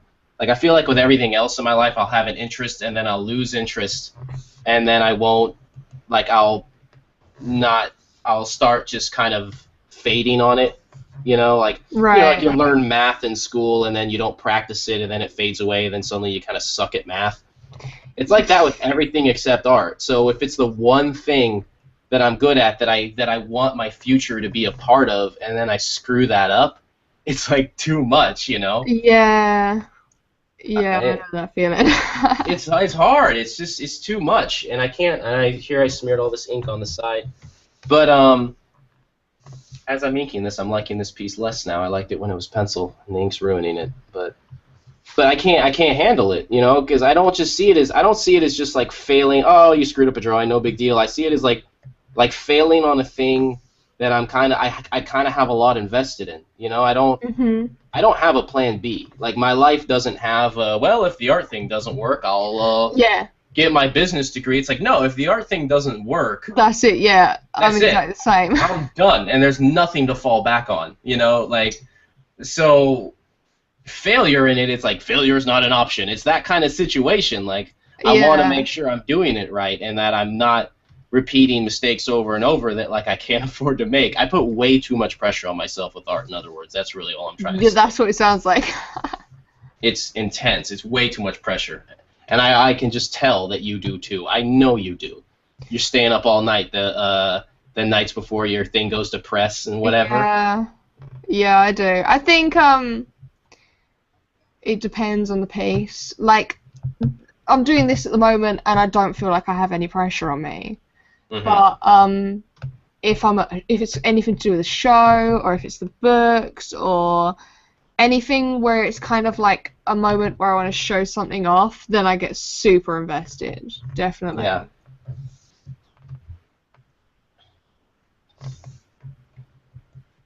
I don't know if you had a plan B, but I do not have a plan B for this. No, I don't. I'm kind of. I don't want this to sound awfully morbid. It might.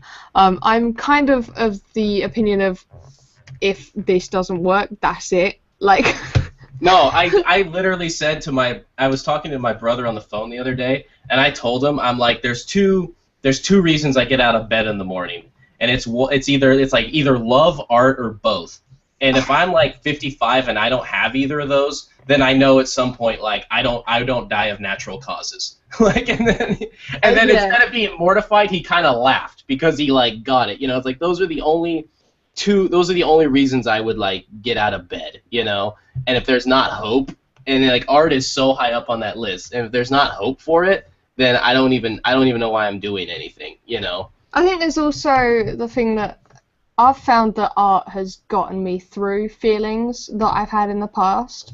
So I haven't actually told anyone this, but when I started out on the first book of the series, I had a very close friend at the time, and I was very, very down at the time, and I basically said to them that it would be the thing that would keep me going, and I'd make sure that I did that. And once I'd finished the series, that was it. Then I could walk away and I could be happy, and I'd done something and I'd achieved something, and then I would be okay with maybe not being around anymore.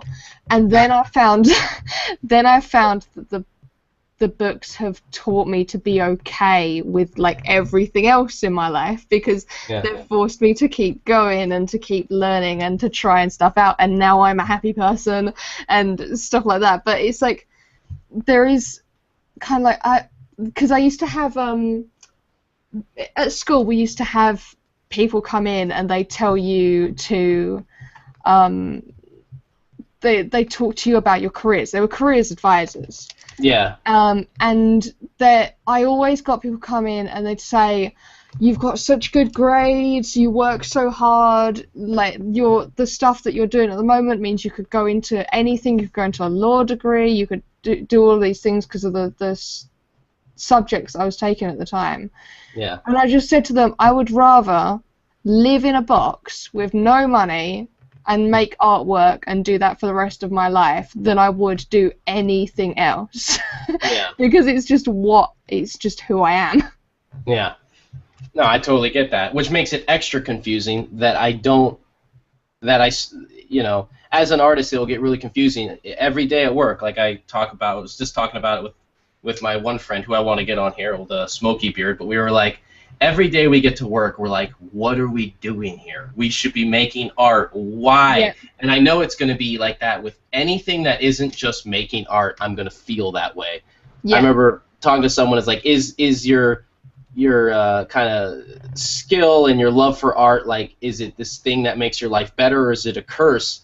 And for so many people that are really into it, it's kind of a curse. I feel like it's like a gym membership that you can never, like, you never go enough, you know? It's like, you'll always feel like I should be doing this. Why am I not doing this right? And it's so hard to enjoy things. Like, the whole reason people will travel, like, I don't understand why people that don't make art go on vacation. Now, I know that's a weird thing to say, and I know it makes sense. You go and experience things, but to me, I experience things because I want to turn it into art.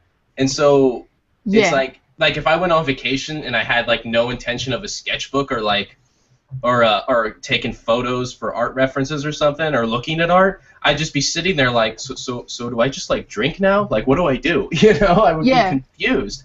And it's not like the healthiest way to look at the world, because it's not just about experiences. You have to, everything feels like it needs this weird application to it, you know? Yeah, you're like studying everything and thinking, right, how can I adapt that? How can I change that? How can I add that to my mental palace of awesomicity that I can use later in a piece of artwork? Yeah, and that's exactly how it is. And then, I mean, it is, you know, people wonder why you take it so seriously, but it is like, it feels like life or death, because it's the only reason we feel like we're alive, you know? Exactly. Like, if I say to people that there's the question that what would you do if, like, which limb would you get rid of? I would get rid of any limb as long as I could keep my right hand. As long as I could draw, I don't mind what happens to me. I could be paralyzed or something. If I could continue to draw, then I could continue to be happy, because that's such an ingrained part of who I am. Yeah, no, I totally get it. And it's funny because it always sounds so morbid to people and kind of weird. But it isn't, because, like, it sounds that way, but it really isn't, because it's more of like, I've got this wonderful thing in my life that I love to bits, and that I won't betray me. It's just a thing, and I can live it and enjoy it. And yeah, it's tough at times, but it's so fun. Like, there's a part of your, I don't know if it's like some kind of weird addiction that we've got, I don't know, but it's like, it's just, I think it's like how sportsmen and sportswomen have that thing that they're so dedicated to and that they love and that they enjoy, and they get that adrenaline rush. We get that, but from art. Yeah. And I mean, it definitely works like an addiction. Actually, you know what? I don't like where I put this eye at all. I just heard the weirdest sound outside. Was it the sound of a platypus? No, it was like, ooh. So I think I'm being haunted right now. Probably are. Glad I don't have to deal with that situation. Phew! What? You're not being haunted? Yeah, I'm not haunted. It's, you know, I'm in a pretty old building here, but, you know, I feel like ghosts in America really would only exist in, like, where they you know, burnt witches, or in the South, or where there's intense battles from Civil War. Beyond that, I don't have to worry about it. We burnt witches. Oh yeah, that's right. We did that. That was the thing we did. Yeah, awkward, you know? It's awkward that other countries did that. It's a little like, whoops, our bad. Sorry about that. Sorry. Oh, we learn every day, right, guys? Oh, well, whoops, a daisy.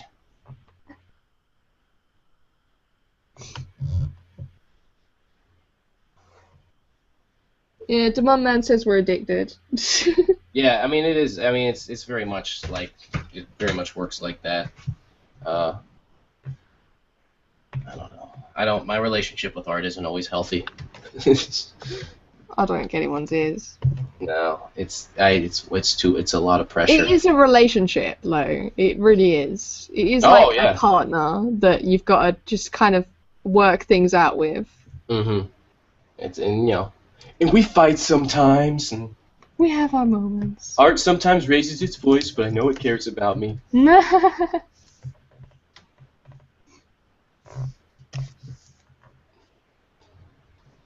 It's funny talking to that with people, though. I don't know, but that's that thing. Like, why am I spend so many hours not making art, and I just die inside. I just can't handle it. No, dude. It just die inside, but like I don't have options, so it's like I'm trying to build them, but it takes so long to build them. It's unbearable. Yeah. Like, I just want to do art all the time right now, and like that's not really gonna work, because if it's like that thing. The advice I hate the most is when people say, "Oh, how do you do it as an artist? How do you make it happen?" And then someone just goes, "You gotta just go for it." I hate that.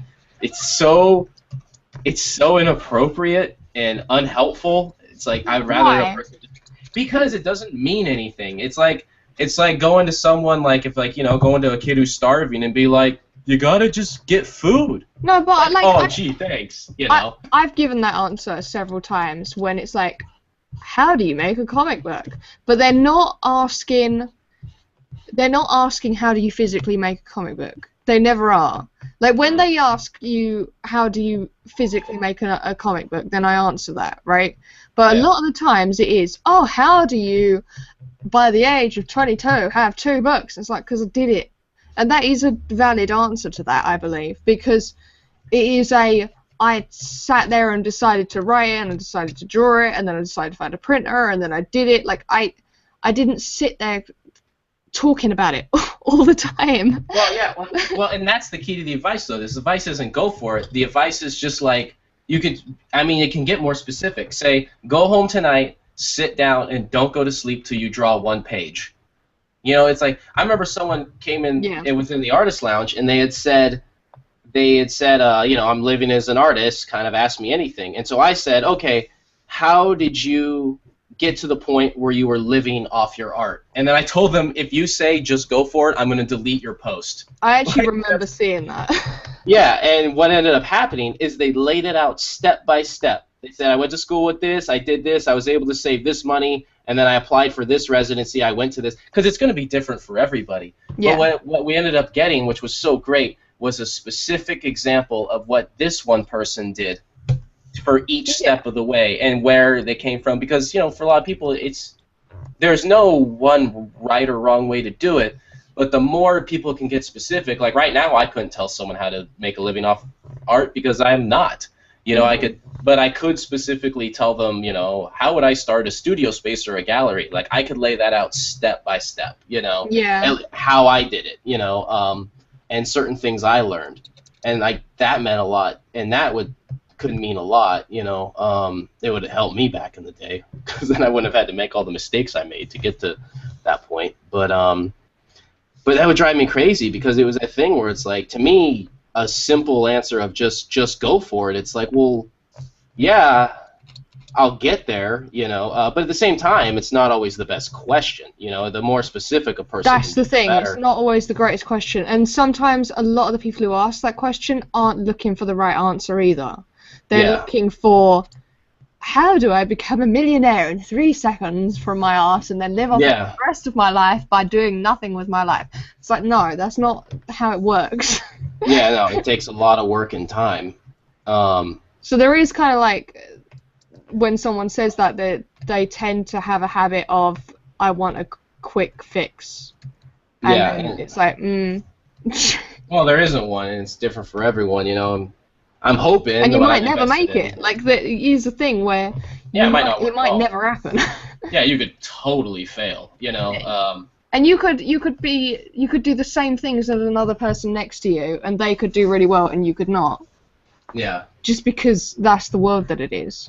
Yeah, they get something. They were in the right place in the right time, and you weren't, and that could all be all it was. You know, it happens all the time. But at the same time, the only thing that you can do is just keep making art. You know, because that's going to be in your control.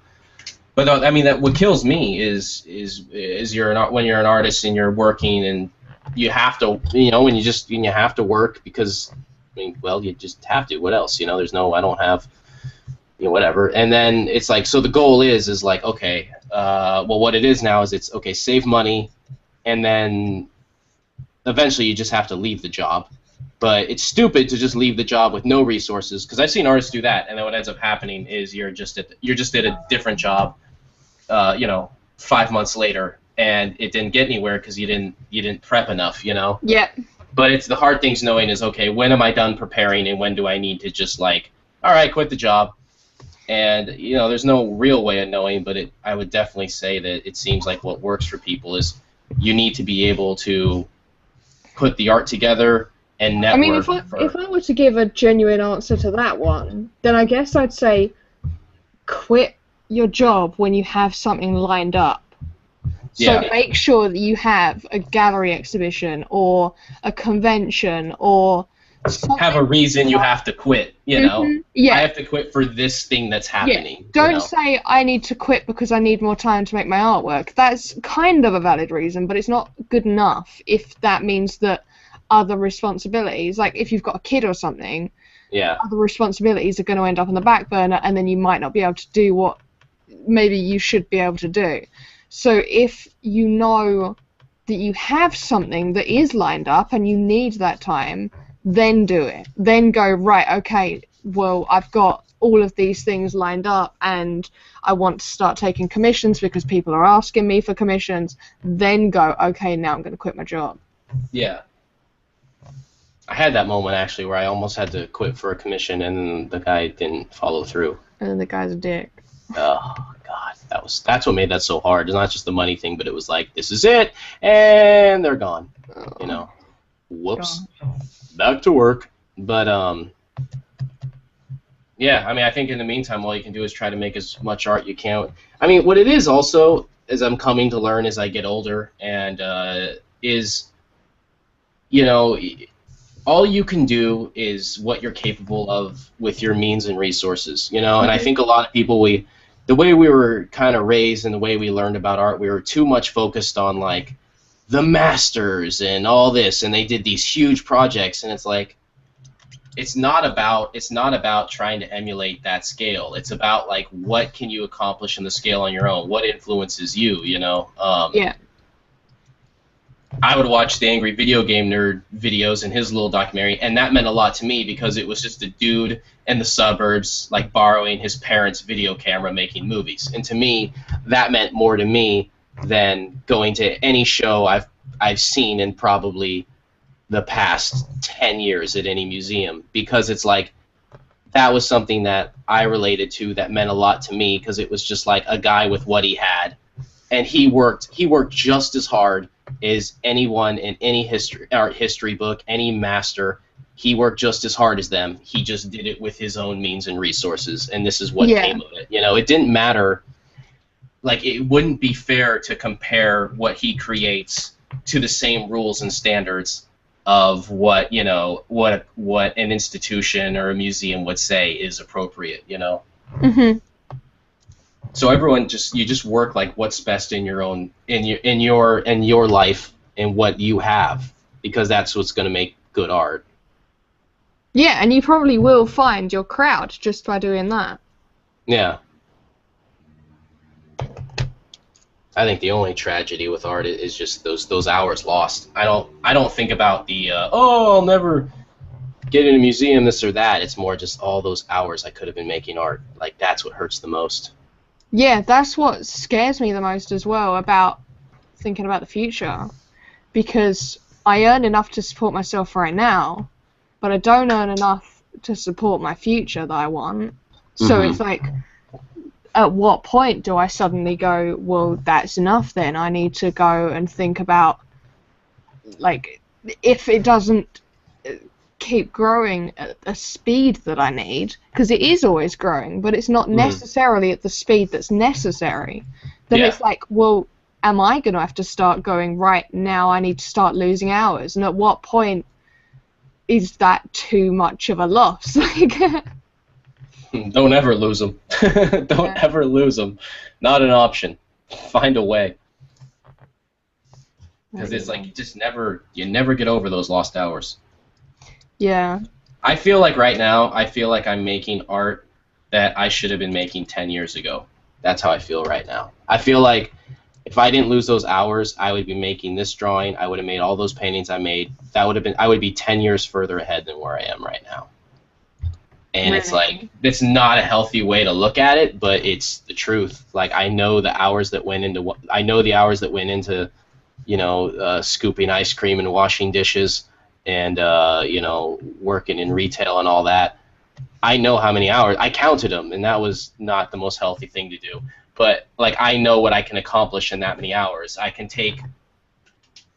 spent more hours in my life doing that than making art. I'm technically better at doing jobs I don't care about than I am at making art, you know. So I think about, well, how much further would my art have been? And it's not the healthiest way to look at the world, but like I can't like unthink that, you know. Like, it's there. It's always gonna bother me. Yeah. But whatever. Try not to think about it. You just gotta make art. That's the most important thing. Just keep making art. Just keep going. Make art so you don't have to think about it. Yeah.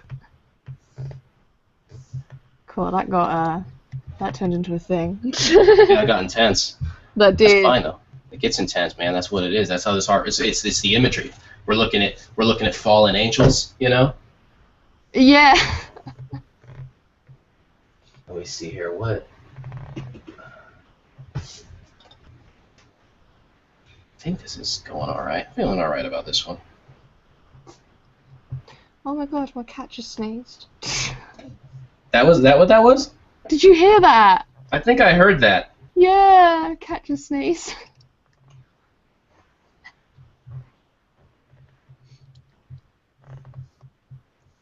You know, the funny thing is I was looking over some topics that I had written down, and like they kind of just segued into one into the other. Yeah, that's what I was just thinking. We kind of like went through a bunch of them. Yeah, that was some dark places. We went to some places. We went there. Oh my god, what an adventure it was. Do we want... Oh.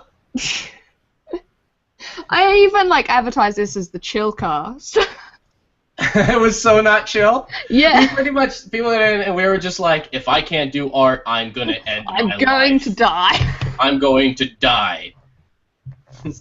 Whether it is by my own hand or God's, I will die if the art doesn't happen. And anyways, the color wheel is composed of... By the way, I'm eating a cookie right now. Are you eating a cookie? I got my cookie. I want a cookie. But I think what it is, though, is it's illustrating like how important... It's how important things are to anybody, you know? I mean, yeah. guys that you know, that go into the lab and study subatomic particles, like, that means the world to them, you know? Like, that's why they're there all the time. It could be in context to anybody. It's probably more helpful to humanity than what we're doing. Oh, art's fine. You know, I think sometimes we... without art, what would the world be? Well, I don't know, just whatever. It would be not very pretty. I don't like the colours. It'd be very functional. Goodbye, colours. But, you know, it's anything, you know. I think about it, it's the same kind of, you know... I don't know. People dedicate their lives to things all the time, and if you find something important enough and you ask, what would happen if you lost this, they can't imagine it. They'd be like, I can't imagine my life without it, you know. I was gonna compare it to kids, but I don't like that. I don't like that comparison because kids is a whole different world, you know. Like you gotta. I mean, kids are important. Like I know. I think they're so. That's a human life. That's a whole different world and level that, you know. If you're like, I need to do my drawing of the angel wings, and your kid's like in the corner like, I haven't eaten in 3 days, then you're a real asshole. It's like, come on, sort your life out. That's a person. Sort your life out. Sort your life out. Have the platypus, now sort your life out. Oh my god, can we make plushy platypuses that say sort your life out and just give them to people? Yes. As long as I can have like 30 of them for myself, yes. I want to have to, when I go to bed, like shove them all aside and then they all go on the floor. Like I need that many of them. Oh my god. I've changed my mind. I've changed my mind about everything. The entire world has just changed before my eyes. It's all about the platypuses. You know, the funny thing is I had a topic written down which is so not related to these things, but it was something that is like I thought about that bothers me to a degree. Is the loss of the phrase mixed media. Okay, okay, you mentioned this. What are you on about? Nobody says mixed media anymore. Like go on an artist's website and look at what the medium is for like a mixed media painting. A mixed media normally would mean if you did like, you know, spray paint and acrylic and collage on wood. You could also say mixed media. But now it's more valuable to list all the materials. Because mixed media would always be a way sometimes people would use it to kind of hide acrylic. Because acrylic was always associated as being cheaper than oil. There's just this natural thing where people, if they think, like, if you had two paintings of the same image, the same size, and you said one was acrylic and one was oil, you probably could sell the one that was oil for more money. Yeah. Just because that's how people that don't make art think about things. But, so mixed media would be used for that, but now people found that, I blame it on the auction markets, like most things, and I find that, people will use they'll list out every little material, and it got so bad. I'm starting to see them list out techniques in the mediums. What? I should find the specific. It would be the equivalent as if I said that my painting was like acrylic collage and scumbling on wood. What the hell is a scumbling other than well, scumble is is like a dry brush kind of technique. Okay. You dry brush on top of a texture with a different color to. But anyways, like I would get in an argument with my good friend and printmaker Smokey Beard, and because I always got annoyed that they would sometimes refer to some tints or some prints as just the medium as aqua tint, because to me I always associated aqua tint as a etching technique. Okay. But they would refer to the pieces, oh, this is an aqua tint on whatever paper, and it's like, no, that's a technique, not a material. But he always kind of said that aqua tint was a different enough process where he think it could stand alone as a medium, and I disagreed. But I always saw it as a means to be able to charge more money for art when you make it sound more esoteric. Like I've seen them say, let me make sure I get the phrase right. Let me look it up here 1 second, because I want to. I don't know how it's spelled. Damn you, Mike, and your lack of spelling abilities. Ah, yes. This has to be it. Okay. So, for example, there's a technique called grittage, a surrealist technique where you scrape art off the canvas. Yeah. Where you scrape paint off. And so you could say that this painting would be like oil and grittage on canvas, and it makes it sound more. Oh, right, yeah. Than oil on canvas, because grittage is a technique; it's not a medium. Yeah. That drives me crazy, and I think no one's saying mixed media, or if they say mixed media, they will list out 9 different things and mixed media. What's the point in the phrase mixed media? What do you gain from the phrase mixed media? Because I've always thought mixed media was a stupid phrase. What? How dare you?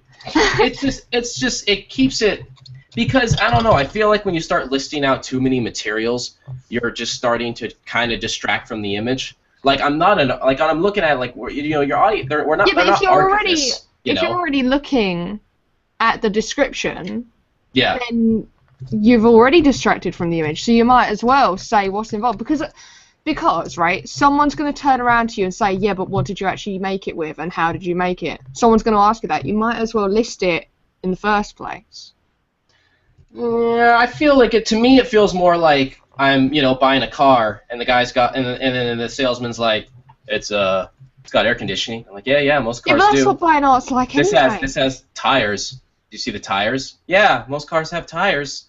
No, it's more like the car salesman, he's standing there and he's like, here's your car, it's obviously a car, it's obviously got wheels and stuff, but it also has this weird radio that does this weird thing that sounds fancy. That's what it's more like. Because it feels like it's a business move though, because what's happening, but in a way that's not honest. It's that way that you have 2 paintings, all right? One is acrylic on board, and one is acrylic and collage on board. They're the same size. They're both the same quality. They both took the same amount of hours. And then you have a guy say, oh, this is acrylic on board, and this one is acrylic and newspaper. Like, this is acrylic, newspaper, grittage, and scumbling on wood, and then they charge an extra $100. Yeah. That's why it feels disingenuous to me. I feel like the term mixed media turns it into. Is that the fault of the person describing what it is, or the fault of the person who didn't describe what their stuff was? They could have made more money. I feel like this might be an issue with the fact that you're talking to a businesswoman. I feel like it's to a certain degree it can start to get borderline dishonest in its intention.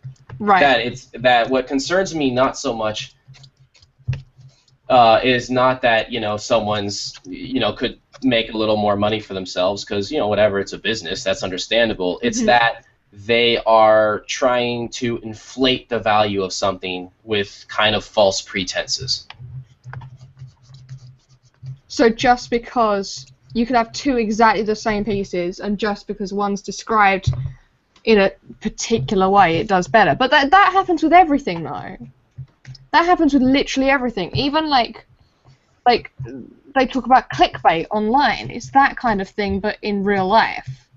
Yeah, but it's a dangerous road to go down, because once that starts becoming, because that's a standard that's not set by the quality of the art or the work. It's a standard about judging the quality of work based on strictly a business decision, which I think is dangerous, because then we start distorting our perspective of how we judge good art from bad art. But then, who are the people actually getting affected by it? If it's just the public, then it doesn't really matter. Now, I definitely think that the public should always, I mean, we're the public. I think the public should always have the best and the truest stuff written in front of them, obviously. But if it's not affecting, if it's just making the demand for it more, why is that an issue if it doesn't affect the way stuff is, let's say, judged on a gallery level? I think it's attributing value to something that shouldn't have value attached to it, because it should be more irrelevant to. It should be irrelevant to the value of the work. It's not, and what you end up doing is you start attributing importance to elements that it's a dangerous road to go down, because then it starts being detrimental to. You know, I mean, I also think it's dumb to charge more for an oil painting than an acrylic painting. You know, but oils cost more, don't they? Oils cost more. Oil paint can cost more, yeah. I think, but the scale of difference in cost isn't going to be about the cost of materials. Otherwise, you'd be talking at most, like if you had a $5,000 acrylic painting, you're not going to have an oil painting of the same image. It's like, oh, this is $5,100 because the paint was $100 more expensive. It'd be like, no, this is oil, so this is $9,000, which is not a genuine price increase, you know. Right. But does that matter if someone's willing to pay it? Yeah, I think so. Why? Because even if they're willing to pay it, doesn't mean they should have been charged it. Right, no, but like, everyone says Apple products are overpriced, for example. Let's take this. So, and it's fairly well known that they kind of are, right? But people are still willing to buy an Apple product.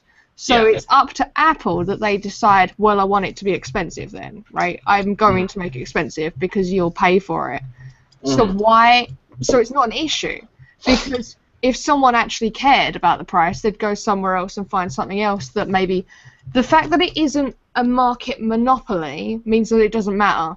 If it was the only person that you could get oil paints from, or oil paintings from, every single one of them was marked up ridiculously, then and that's exactly it, though. That's where it's different than Apple. Is Apple makes things expensive, and competition goes, let's make our things cheaper. Yeah. So people don't care as much; they get a cheaper option.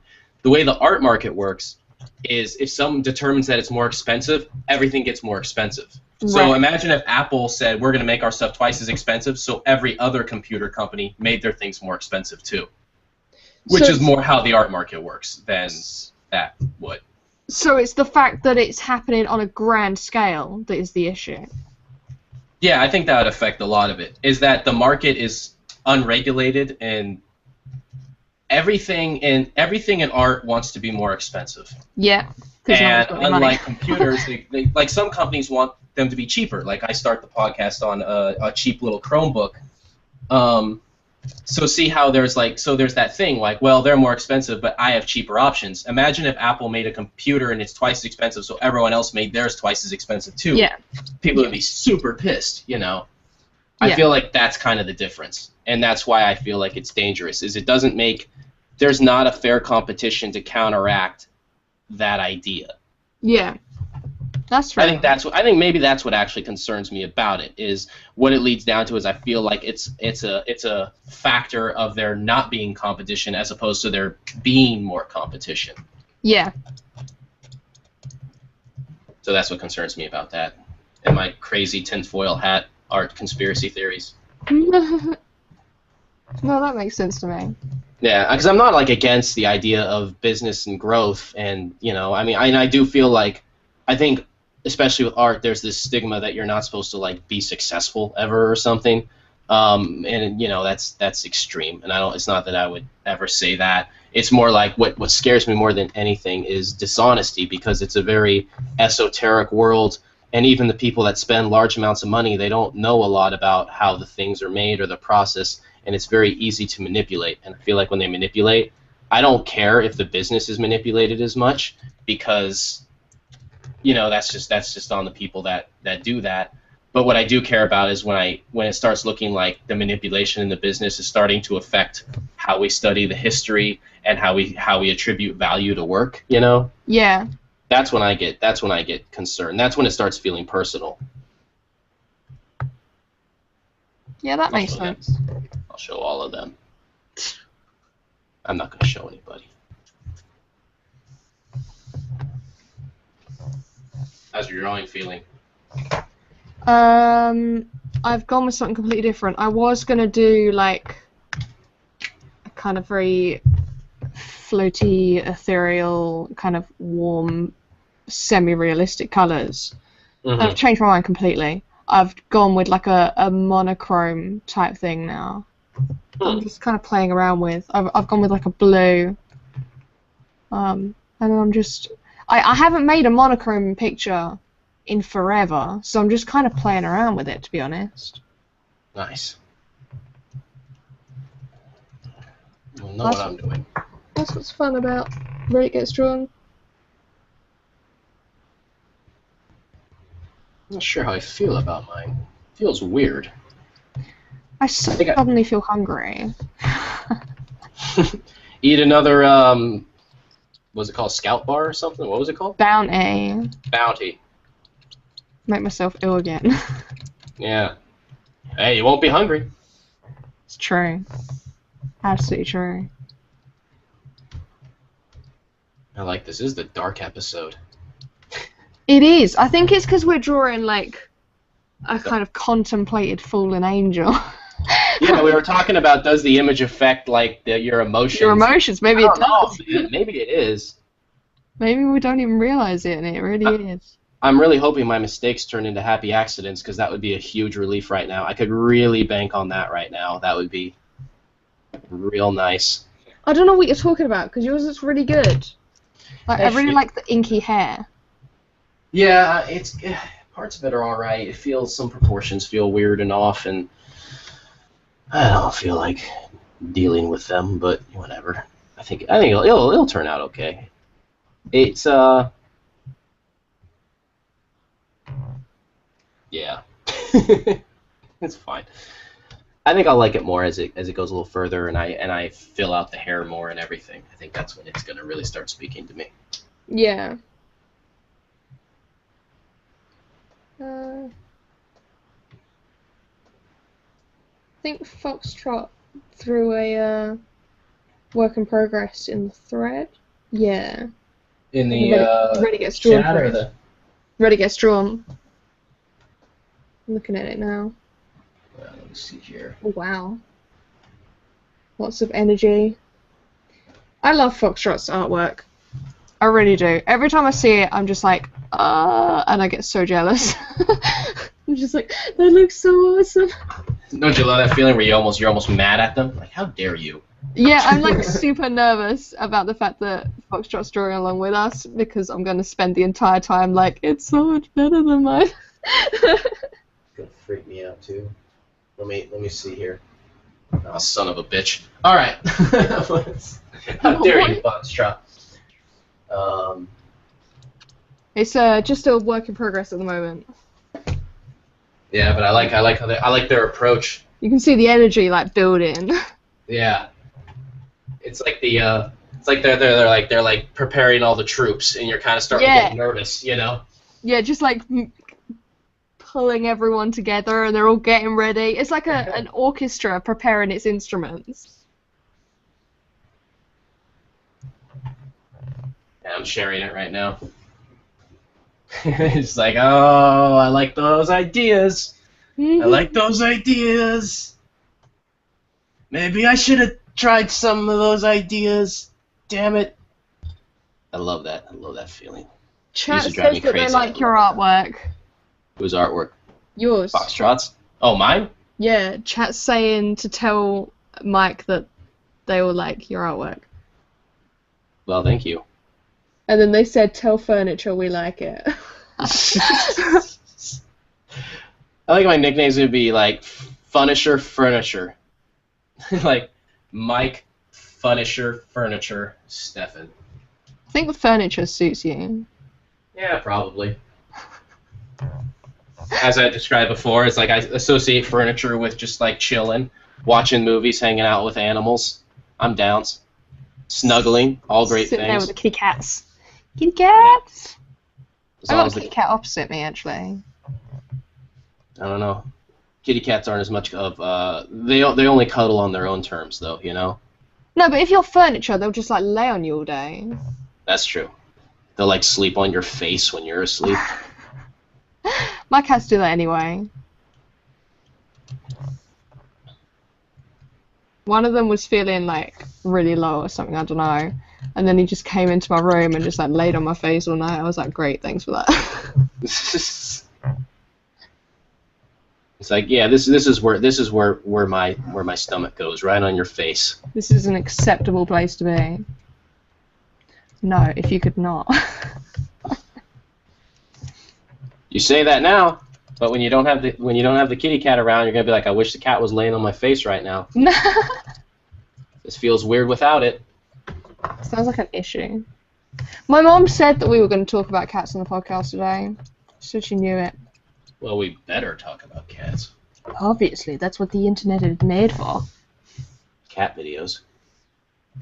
They have the Cat Video Film Festival, the Internet Cat Video Film Festival out here. Yeah, they do it. There's a one of the so the like my own gallery that I started with my homies is in the Uptown Oakland, so it's kind of like downtown and everything, and there's a bunch of galleries there, and one of the kind of venues is called the Great Wall of Oakland, and what it is this gigantic wall of a building that they project movies on and video art on, like, you know, so it's like, you know, 10 stories tall. Okay. And then you can just like hang out and watch that, and so I think it's once a year they host the Cat Video Film Festival there, and then they close off the street and then they play a bunch of cat videos for people.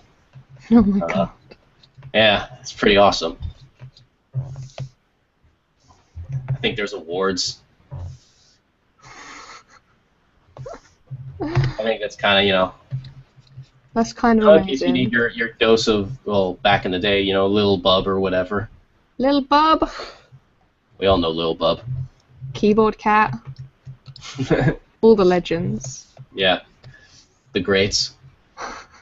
I think cat videos are particularly funny because you kind of have to apply the personality and your own philosophy yourself. It's kind of like how everybody was doing kind of Garfield parodies for a while, because Garfield didn't really have his individual kind of humor. Like, it did, but it wasn't like you know, you read a Garfield comic, it's not particularly hilarious. Yeah. But when people were referencing or messing with Garfield, it became really funny. Like, a great comic was Garfield minus Garfield. Do you remember that one, or did you read that back in the day? I don't know that, no. So what that was is someone would take Garfield comics and they would remove Garfield, and pretty much what it would be like is looks like you're just, so the comics would only have John Arbuckle in them. Right. Except without Garfield, it completely changed the tone of the comic. Like, it pretty much just turned into a comic about a really depressed man losing his mind. And it is amazing how well it worked. Like, the comics it's a completely different comic. And it is amazing how good it was like that. And all they did was just take Garfield out of it. I highly recommend reading Garfield. I haven't looked at that forever. It is amazing. I wonder if it would be appropriate for me to screen share a Garfield minus Garfield, or would we get in trouble? Demand Man says, this is the part of his inking that fascinates me the most. Those shadows. Light shades with a pen are so cool. What, doing the cross hatching? Like these Yeah, hatch lines? yeah, the light shading that you do. And this is a particularly hard one to do it with because the tones are all very even on this photo. Like the face Yeah. doesn't have a lot of shape. Yeah, I'm having to So really exaggerate it because I'm doing uh monochrome. Yeah, for yeah, you. I was playing around with Photoshop earlier so I could try to emphasize the dark and the light more because it was just really muted, and I knew I wanted it. A piece like this probably would have been better off to not do the hatching and just keep it just all contour work, but I wasn't that happy with my contours. Um, so I brought this in. But yeah, no, I mean, this all came from studying like how to shade with topographic lines, which took a really long time to learn. That was hard because you have to determine how to draw lines around the form as opposed to along the form. Yeah. And then I kind of do a mixture of both. I use lines that go along the form because there's kind of more of a design graphic element to it. Mhm. And then if I want to add form, then that's when I bring in topographic lines. Like I actually am not really that happy with my topography in this piece because there's just no shape. I can't see it. But it took a long time to be able to find what those lines are, and a lot of figure structure study, like reducing the figure into basic shapes so you could kind of understand how everything's laid out. I really don't like this piece that much. Kind of. That's all right. I don't like most of them. I think I'll be all right. And then I end up thinking that they're all right in the end. So maybe this will do that too, if I'm lucky. Yeah, it'll be fine. Well, and the way I practiced this though is I started by doing this with pencil. Like I think that the kind of the standard, or at least you get used to with pencil, is just kind of shading, like coloring it in and Yeah. pressing harder or lighter. But if you force yourself with a pencil to only shade by drawing hatch lines like this, and just doing it with pencil, because then you can erase it when it doesn't feel right, it's a great way to learn how to actually learn how to cross hatch and do topographic lines. I kind of wish I was talking about this when I had a better example than how I'm doing with this piece right now, but whatever, take what I can get, I guess. Both Demonman and Foxtrot have said that they struggle or they get nervous when using cross hatching on female figures because they don't want it to look like stubble. Yeah, that happens all the time. Like, I'm constantly worried that that's what it ends up looking like, and the only way you can do it is try to even it out over the whole figure. One thing to do when you switch to actual pen is use a pen that's kind of small, that's too small, so your hatch lines are real fine and real faint, and that can help kind of figure it out as you go. But yeah, that's a thing that happens a lot, is it you inevitably texture the face. You'll also make people look much older. By mistake, Yeah. you could be drawing someone who's 30 and you'll make them look like they're 55. Yeah, that's something that they warn you about in comics. That using ink will make people look older. That every line you add to a character's face adds another year of age. Yeah, that's very true.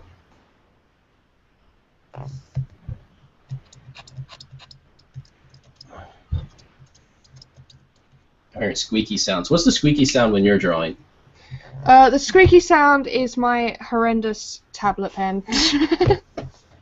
It's interesting. It squeaks though. You're on an Intuos, right? Yeah. I don't know. Like, does it squeak when it wears down, or? I have no idea. I don't know, but I can't afford a new tablet, so oh well. So we've all got to deal with it. Deal with it. Don't worry, you'll get there. It'll get there. You'll get that Cintiq in no time. God, I want a Cintiq so badly. Talk a lot about them. Make them send you a free one. Because to them it's nothing. They got like a warehouse full of them, you know? Yeah. But to you it will change your life. It really would. It genuinely would. I have a lot of friends working in the art world, and I see them posting just sitting here working at the coffee shop, and it's a photo of them with their Cintiq, and I'm like, I'm so jealous of you right now. Oh, they're just rubbing it in. Yeah.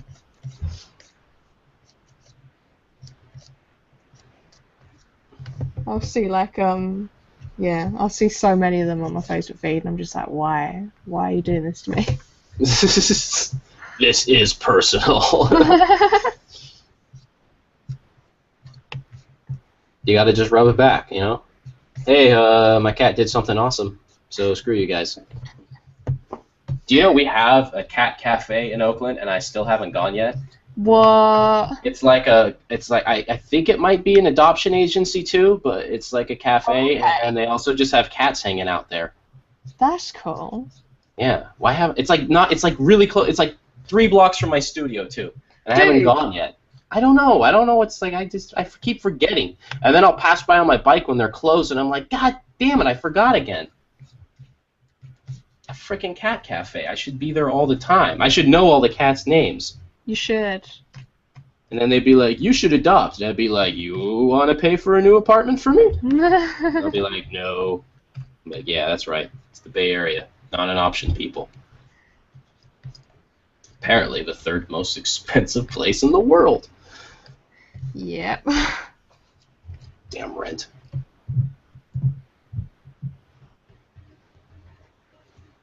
One day. Yeah, they're saying that I need to change the nib in my pen. Well, I know, but like, the thing is, I've had this since about 2010, maybe earlier than that. The same nib? The same everything. But Why aren't you changing your nibs? because I don't know. Time to change the nibs. You're busted. Oh, I know. But I got too much to do with my life. To change a nib? Yeah. How long does it take to change a nib? Because they don't exist anymore. Oh, they don't make it anymore? They don't make this one's nibs anymore. So I've got to find someone who's got the nibs. Then I've got to pay for like an import of the nibs from wherever they are, or find someone on eBay or something. And it's just effort. It's just like I kind of as well. I don't want to buy anything for this tablet because I really want the Cintiq. So you don't want to invest even more in that one? Yeah, I don't want to like. I feel like I'll be caving if I do anything with this one. Like I'll be like giving up on my dream of a Cintiq. Does that make any sense at all? It doesn't really. No, I hear you. You don't want to invest in more time in that one because you're already mentally invested in the next step. Yeah, exactly. It's like if you're moving house. Yeah. If you don't need to, you're not going to paint the walls, are you? So, yeah. I like that it's a nib. It's a nib. It's like a little. It's not like painting a house. That's way more work and money. This is a nib. You're a nib. I'm a nib. Well, shut up. You're a nib this time. I don't want to be a nib. Everyone says sort out your nibs. Sort out your nibs. That's awesome. They're asking what tablet I use. I use an Intuos 3. And it's not the new Intuos. There's like an Intuos that you can buy on market. It's not that. It's really old. It's so old that the thing on the back that explains what it is like half rubbed away. And written in Japanese. Did you install the drivers with a floppy disk? Yes. Oh my god. No, I got this. How old was I when I got this? I got this when I was like 15. How long ago does that make this? That makes it 7 years old, at least. Oh my god. When I was 15, that was so long ago. Oh god, that was so long ago. You're old. I'm so old. I make grunt sounds when I bend over because I'm like, I got a bad knee. I have a bad knee now. I'm not that old, but I have a bad knee. What's that? How did that happen? That's bullshit. I'm too young to have a bad knee. How old are you, if you don't mind me asking? 17. 17, okay. 31.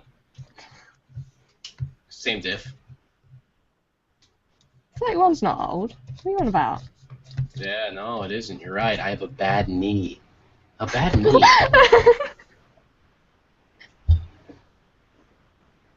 My God. You were born. So wait, you were born. What year were you born? 93. I remember that year. I can remember that. Like I was like skateboarding. I had friends. 93 sounds like a skateboarding year. It was. That was a big year in skateboarding. All the big commercialization of vert and ramp skating had died, and street skating was taking over. It was truly a time to be alive. I don't know what you just said. Oh my God! Anyone who skateboards knows that. In the early '90s, man, when street skating just started, whew, good times. That's when skating was still underground. Like you weren't cool when you did it.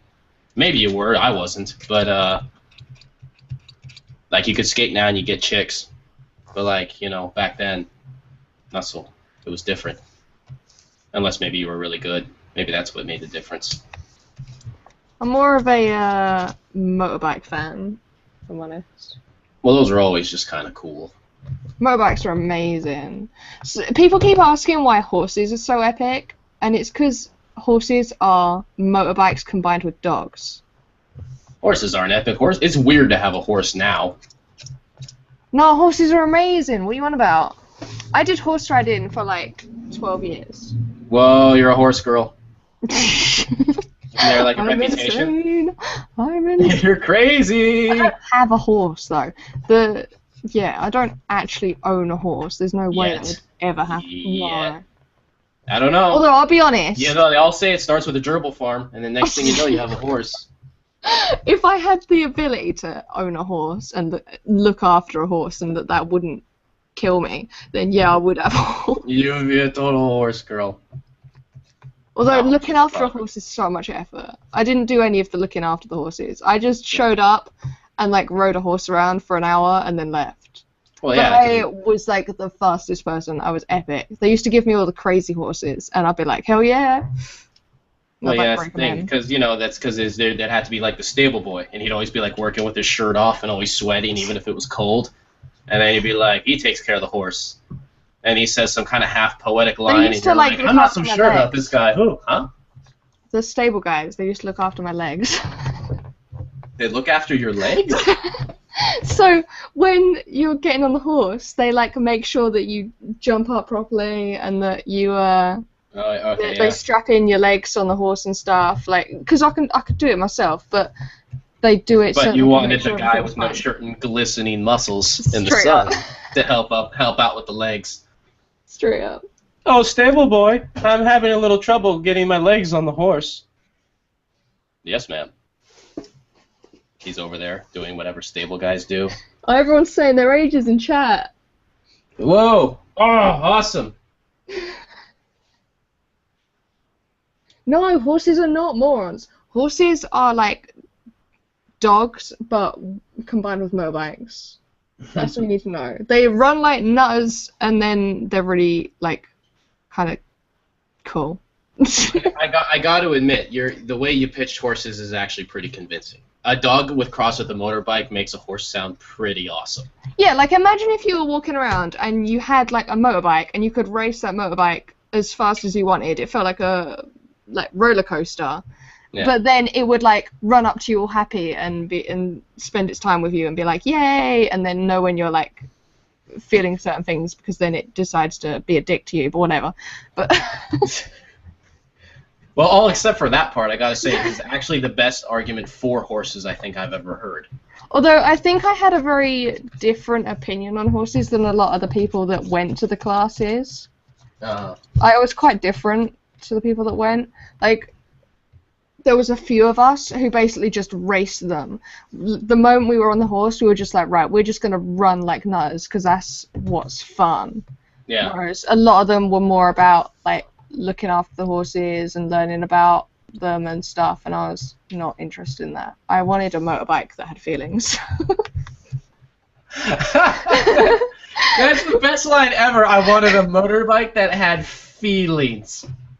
Oh my god, that is awesome. That That needs to somehow be in one of your books. Save that line. Write that down. I wanted a motorbike that had feelings. I don't know. I love that so much. I don't even know why, but that is the best thing ever. God, that makes me happy. I like seeing everyone's age, too. Foxtrot mentions that he has 2 bad knees. Ooh, God, that's rough. I broke all the bones in the back of my feet once. That was fun. You what? You broke all the bones in your feet? Yeah. Or in the backs of my feet. Because of a horse? No. I don't know how I did it. It just happened one day. And I wait. Oh, okay, wait a minute. You don't just get up and then you're sitting in a chair and you're like, wait a minute. No, straight up. I was like, my feet really hurt. And then they were like, oh, the cartilage between all the bones in the back of your feet has basically disintegrated because you've smashed it somehow. And I had no idea how I'd smashed it. And then I had to learn to walk again. So that happened. Like, I could walk, but they said that I was walking wrong. So I had to have a personal trainer that would walk me up and down a hill and teach me the correct way to walk from heel to toe, whereas I wasn't walking like that. Okay, wait. No, hold on. It's not funny. It's not funny, I know. But, so you draw wrong and you, like, break everything in your hands and arms. And you walk wrong and break... Like, you... Clearly I'm just a disaster. You have a scholarship to the Institute of Silly Walks, and you must have the silliest walk in the world. No, How walk. do you break it? Actually, no. I walk like, I walk very strange, actually. I walk on my tiptoes. I walk on, like, imaginary heels all the time. My boyfriend says that I walk like Jar Jar Binks or something. Like, if you watch me walk along, I, like, bounce because I walk on my tiptoes. Well, you know what, honestly, if you were running, that's like they say that's the good way to run because it takes pressure off your knees. But apparently you're doing it wrong still because you're breaking your feet as you do it. What are you doing? I don't know. This is what happened with my life. This is why I draw stuff, because I break everything if I do anything else.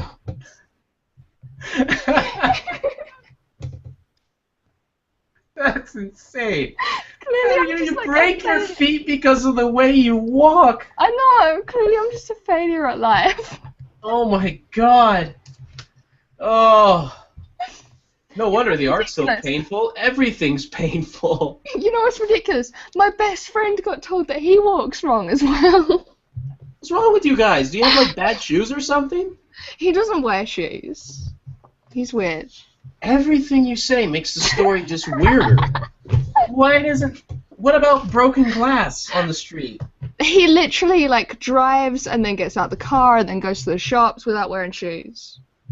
Does he get kicked out of some places because he's not wearing shoes? I don't think so. I think because out here they have the classic sign that says no shirt, no shoes, no service. I think people just look at him strangely and then carry on because he can do him. Like, whatever. Is he a weird fella?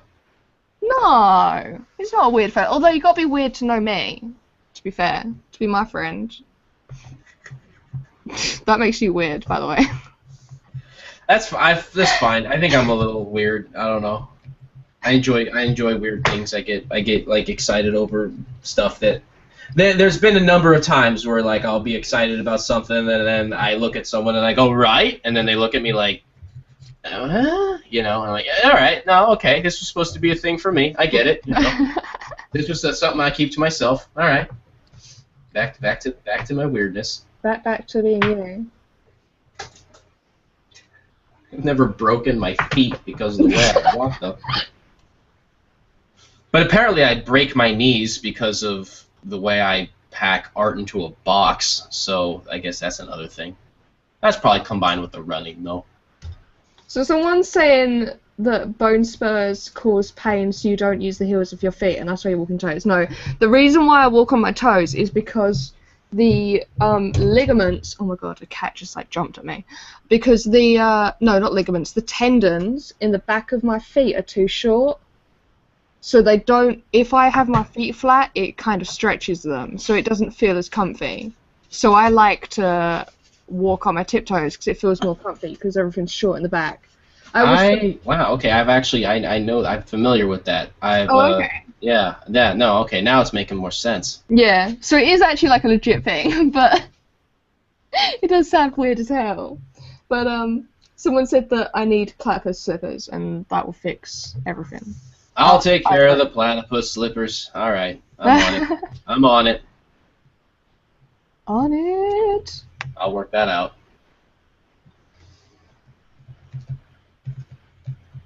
I know the bulldog slippers sure help me out quite a bit, but that's more of like an emotional, spiritual kind of thing. Because you can't frown and also be wearing bulldog slippers at the same time. No. It's impossible. Like, you just can't do it. I don't care what rotten hand life dealt you. If you're wearing bulldog slippers, you can't frown at them. It doesn't make sense. It doesn't work. You'll think you're frowning, but you'll look in the mirror and you'll be smiling, and then you'll get even more scared. What is your favorite item of clothing that you own? Well, I only own the bulldog slippers. That's it. That's what you've got. I don't have it. I mean, come on. I'm a 31-year-old bald man. Like, I have to, like... There's a certain thing, like, where it just starts to get kind of scary to people. You know, I thought the bulldog slippers were already pushing it. But, you know... What do you mean? What are you on about? I won't lie. Like, I do want to have different animal slippers. Because here's the thing. Is everyone's going to be like, that's ridiculous. What are you doing? Until they wear the animal slippers and they're like, I should have had these in my life a long time ago. You know? It's going to be like kigurumis. Just take over everyone's lives. The what, Will? Kigurumis. What's that? Kigurumis are like, do you know onesies? Yes. They're like onesies, but they have like a hood on the top, and then they're designed to look like an animal. Alright, I got you. So you can get like fox ones and shark ones and stuff like that. Well, that gets tricky for me because you know how I feel about animal headdresses and you life. do have like, you've got a thing going on with that, yeah. Well, with art, I guess in art, I guess outside of art, I'm okay with. I'm gonna send you a hat with a bird on it. Just so you have to do with that. All right. Well, you know, I guess I'll send the platypus slippers in exchange. You know, and I'll fill them full of gerbils. So one man asks if high heels are comfortable. Yeah, high heels are like my favorite things to wear. That is very rare for people. You do not hear that people say that high heels are comfortable very often. Yeah, I mean, the ones that are like wedges that are heels, they're probably the ones that if I have to wear, like if I could wear anything every day, that's what I'd pick. Because they're the most comfy. That's interesting. Yeah. Because they distribute the weight enough, but they've still got the lift in the back of the heel. So... Devon has his Furniture Platypus Slipper Company. That's also the name of my band. Which, by the way, man, got the music, got to listen to it, but now I'm also trying to figure out, I don't know how to put music into our thing here. So that's going to be a while. Because I realize if I put the music in on my end, it's only going to play my screen. So I need to study more, and I need Google to do things for more. But I did appreciate you sending it. Going on with music, are we, when it comes to the podcast? No. Well, there's a lot the thing of is, techie stuff that goes with it. Yeah, and, you know, it's only so much, like, you can only put so much priority into it. Because I'm worried if I spend so much time trying to figure that out, I'll forget to realize that, like, I'm not organizing anything else, you know? I get distracted very easily, so I have to, like, take things one small step at a time. One small step for furniture. For furniture. Furniture and his bulldog slippers. I should be wearing those right now. Why am I not wearing my bulldog slippers?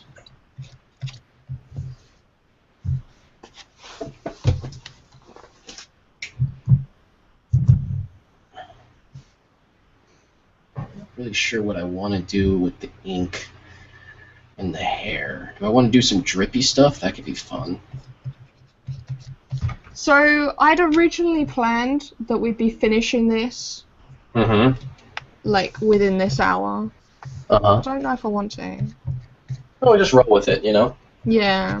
I'm further along in mine than I normally am at this point, because this piece was a little more kind of minimal, like in, the eyes covered a lot. There's Yeah. fewer features to worry about.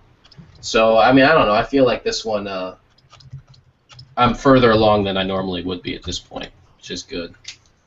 We had some good options this week, so. Yeah. I'm kind of just playing and adding like a whole bunch of different textures and stuff. It's very different to what I normally do.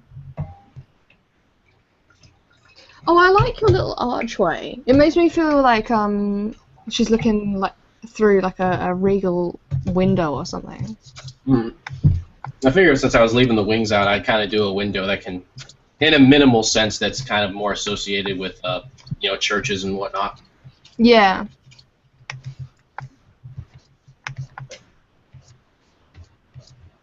Well, like, that's kind of how I always am with that kind of stuff, though. If I feel like an image is too direct, I always try to be like, well, what if I completely remove that context, Mhm.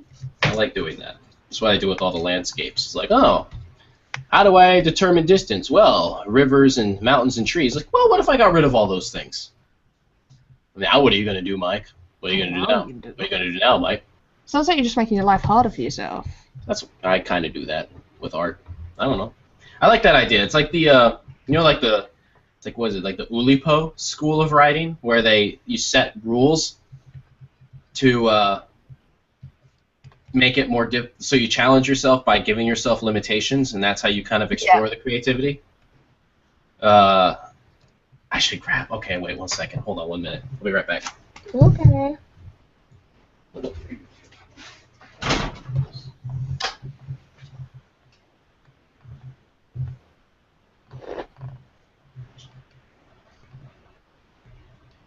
Yeah, so about the music thing. So we do kind of want to have like maybe like a little tune or something that plays maybe at the beginning of the show. The issue is that there's a lot of stuff tech-wise that means that it's kind of difficult to do with Google Hangouts. So if a noise is coming from somewhere, then it jumps to that screen, which I'm sure you've noticed. So if I'm talking, it'll be looking at my screen. If Mike talks, then it'll jump to his screen. Then there's the element of like, what kind of music do we want to go with, and trying to figure out, well, if it is jumping to someone's screen, then what do we have on there? How do we play the music in the first place? Like, if we play it through our mics, will that sound okay, or will it sound odd? So things like that. So it's going to involve a lot of thought before we actually start implementing anything. So, my friend Andrew had showed me this book, and I always show it to people because it blew my mind. So, the author's Christian book. The book's called Eunoia. And guess what his day job was for a long time was coming up with the languages for sci-fi shows and movies and books and creating the languages. Nice. And so I think Eunoia, I believe, translates to, does it mean beautiful thinking? What is that? What does that word mean? Hold on. And it's the shortest word in the English language that uses... Yeah, beautiful thinking from ancient Greek, and it's the shortest word that uses all the vowels, and so It's a book of poetry. And every chapter he only uses one vowel for all the poems. Whoa. So the first one's chapter A, so everything only uses A's. It can't use any other vowels. So, for example, awkward grandma appalls a craftsman, a dada bard as daft as Zara, damns stagnant art and scrawls, and alpha, a slapdash arc and a backward zag that mars all stanzas and jams all ballads. What a scandal. Yeah, and the whole chapter is only A's. That's crazy. And he does a chapter for each vowel, so then the chapter that's all E's.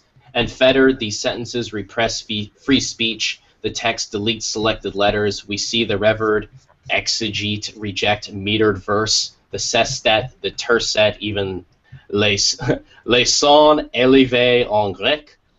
He rebels, he sets new precedents, he lets cleverness exceed decent levels, etc., etc. And he even has a chapter for you, and one for why.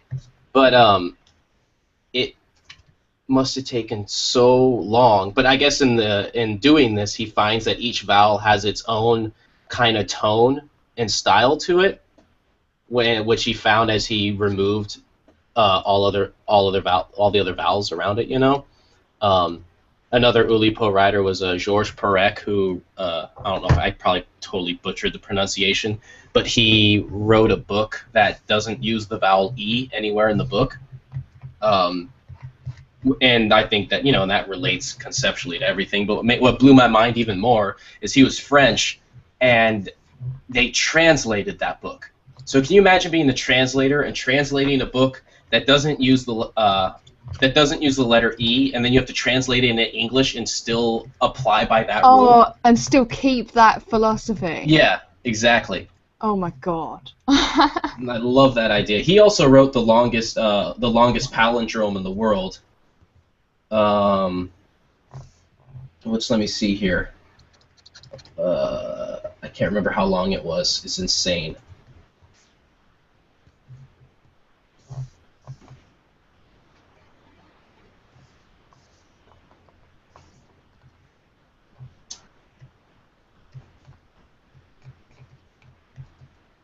It was over 5,000 words, and it was a palindrome.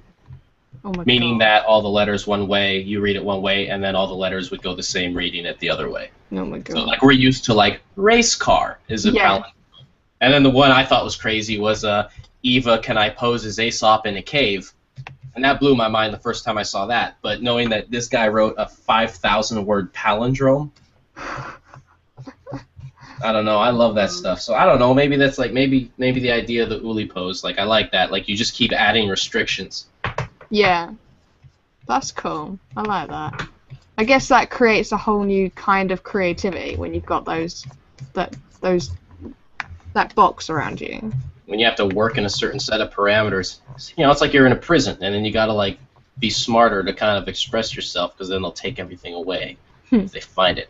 I think of there's an essay in I tried to do a reading book club thing in the Arts Lounge, and it didn't really work because everyone wanted to read Ready Player One, and I was like, that's cool. We're not going to read that, and I chose a different book, and nobody got as excited. But Ready Player One's really good. Yeah, I know, but I wanted to read an art book. It's got nothing to do with art, though. Yeah, I wanted to read an art book, and I was captain of the ship, so I could just say, no, guess what, you're not reading that, people, sorry. And then chose a different book, and then no one read it, because they're like, guess what, we're not going to read that book. But he had a chapter where he was talking about some playoff game, and kind of like how there was rules about in basketball 3 seconds in the key or whatever in a certain area, and talking about a particular game. I don't know enough about basketball, but where the player had to kind of do some kind of trick to get around that rule to make a game-winning shot, and then he relates that whole essay to art, and the idea being that it's not always about breaking the rule, but sometimes like it's more creative if you find a way to work around the rule or bend the rule within whatever the context is, because that can force you to have to be more analytical about what you're actually doing. Yeah. It was a really interesting essay. He wrote it well, much better at writing it than I am at trying to speak say it. I like that. That sounds very interesting.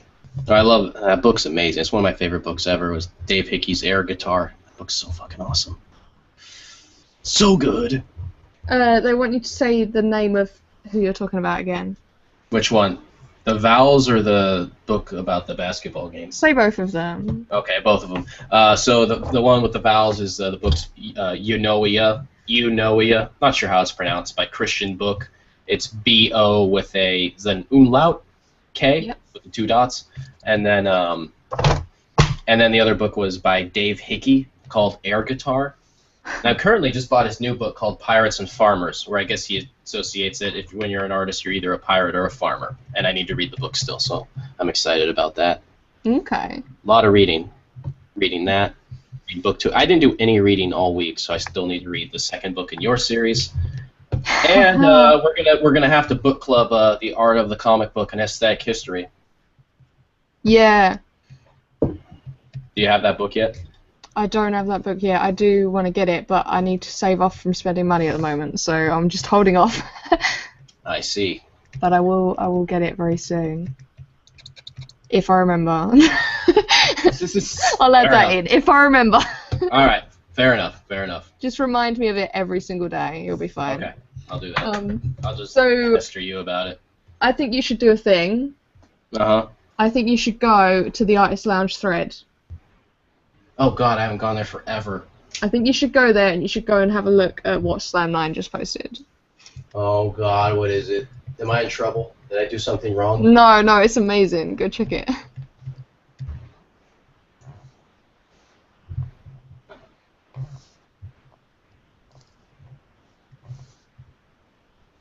Oh god, I love it. Yes. Oh, that's so awesome. Oh my god, I love this. Face. It's so adorable. Oh my god. Even has the button eyes. We gotta screen share this. Hold on. Oh, so rewarding. I love that they created that in the time that it's taken us to do One Piece, and we're still going. I know, isn't that the funny thing in the end? Is this like all this art gets done in the amount of time I'm just trying to do one drawing? Yeah. I love it. I love it so much. Sort your life out. Oh my god. Too much awesome. I can't handle it. Monday's the best day of the week, for sure. Look forward to this all week. Cat, what are you doing? Jasper, what are you doing? He's like batting a light bulb around. Just overheard you talking about how great horses are. That's what Jasper would say. I don't know where he got a light bulb from, but... You got a light bulb? Yeah, he's batting a light bulb around the floor. So, okay. Cats have their own agenda. They do their thing. They're magical like that. They'll get stuck in a wall for 3 weeks and then suddenly just not be stuck in the wall anymore. I'm sorry, what? Why? I have my one friend.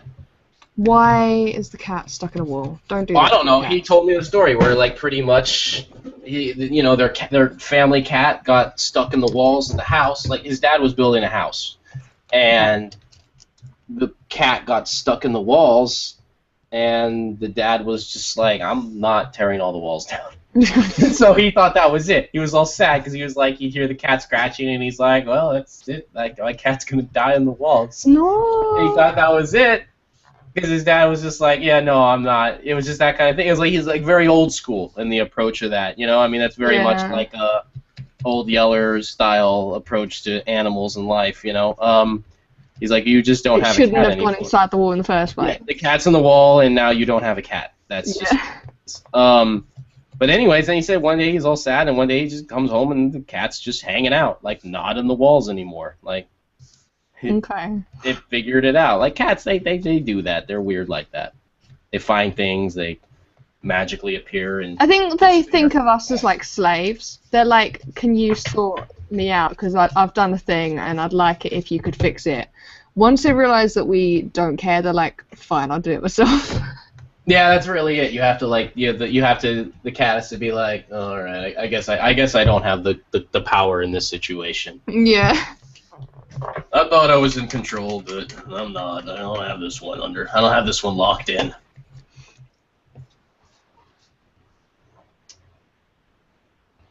Can't wait till I get my second Arches pad. My coupon I've been waiting for came in the mail, so I can buy another pad of Arches paper so I can work on multiple Arches drawings at once. Ooh. Yep. You gotta wait for that coupon. Those Arches pads are expensive. 40% off is a good discount. Have you worked on anything cool this week? I haven't been doing much art this week. I just been trying to organize. I'm putting a new website together, and I got to get that ready. And then, my good friend kinda designed some business cards for me because I suck at that. And so I was getting those ready and getting those set off to print and getting all that kind of stuff sorted out. So I haven't gotten a lot of art done. I started working on a drawing yesterday, but it's got a little ways to go. And now, yeah, that was about it. So I've just been trying to, I think, take care of the business end of things a little more. Yeah.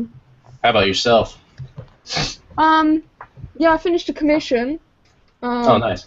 That was a traditional, so done with pens and markers and stuff. A client's boyfriend actually, in his Destiny armor from the video game Destiny. And then standing on this like planet with like space moving behind him. So that was good fun. And then I recorded my episode for the Crowdfinder podcast. They asked me about the process involved in making comics and stuff like that. So if you guys want to follow that, you can go to Crowdfinder Pod on Twitter, and he posts everything on there. I'll post when it's up and stuff in various places, but yeah. So that was fun. That was very different to this podcast. It was an audio thing, so not a like video thing. So yeah, that was good fun. I was actually really nervous for it, but I enjoyed it. You got to keep us all posted when that goes live. Yeah. I mean, I know you said follow the Twitter, but you're gonna do it because I'm gonna forget to follow the Twitter. Yeah. That's just the rules of things. Someone had asked, was the whole drawing done with that fat marker? No, that'd be magical if it was. That'd be amazing. No, but it's done with I got my fat hardcore marker, who sometimes me and the hardcore marker talk about deep philosophical things. That's just what the marker does. And the Pentel brush pen, which I hashtag on Instagram a lot, hoping that Pentel sends me a whole palette full of them. They do like every time I mention them, they do give me a little heart and like the drawing, but even when I use the hashtag, send me a bunch of free Pentel brush pens. Still waiting on those to arrive. Come on, one day I'll get it. They might. And Micron pens. And I also did a Sharpie for the border. But,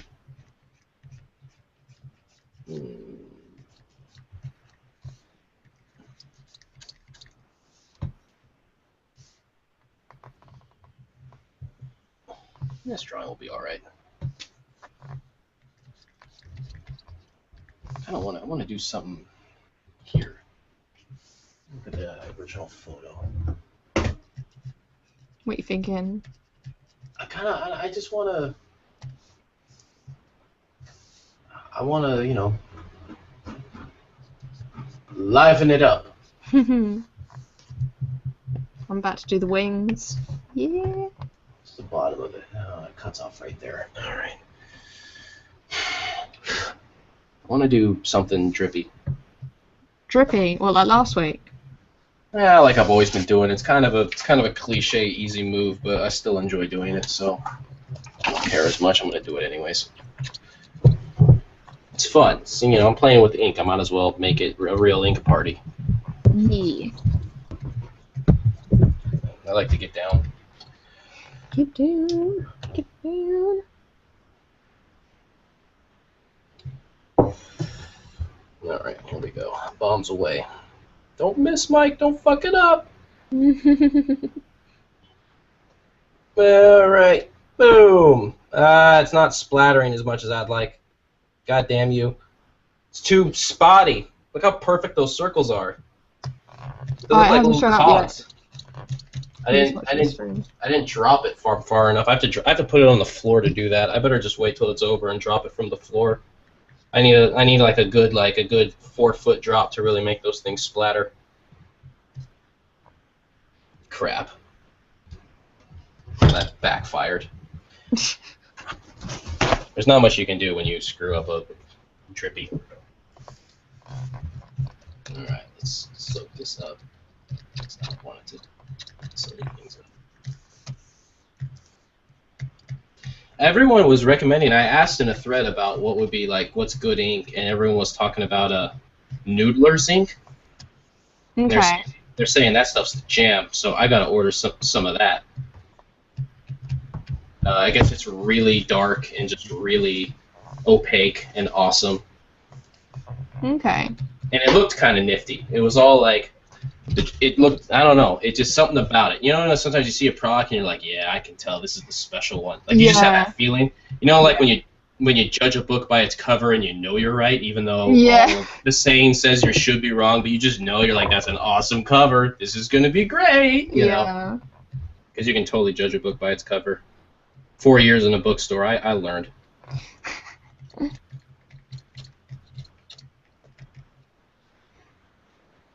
There's secrets to book shopping. Unless if it's not a classic, you shouldn't really be buying anything that's printed in a mass market format anyways. That's one weird rule. Oh, I've just seen the drips appear. Yeah, those are full-on circles right there. Yeah, they're just straight up like circles. They didn't splatter very much, so I'm gonna wait until maybe afterwards. Have you ever done the blow at it with a straw? The toothbrush trick. Sorry, my brain like shut down all of a sudden. Where you flip the bristles? Yeah. Yeah, but I kind of wanted I just wanted like the big like splatter. Oh, you know? right. And I just need to drop it from further up. That's all right. There's been one posted to the IRC. That's Nanke's. Oh. Oh, that's so cute. I love the wings. Oh, wow. I like how it's glowing, too. All right, hold on. Let me share this.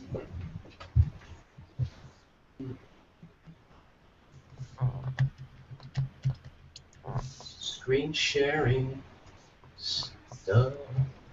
There we are, screen sharing right now.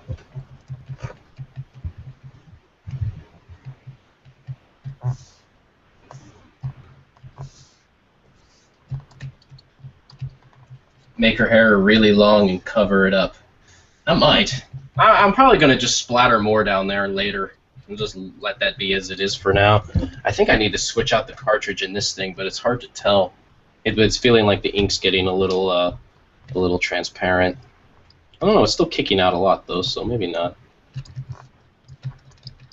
Be easier to know if they just send me all those free brush pens I've been asking for on Instagram. You owe me, Pentel. You owe me. I'll start sending people to other competitors. Like I don't know enough about it to figure it out, but I would definitely study.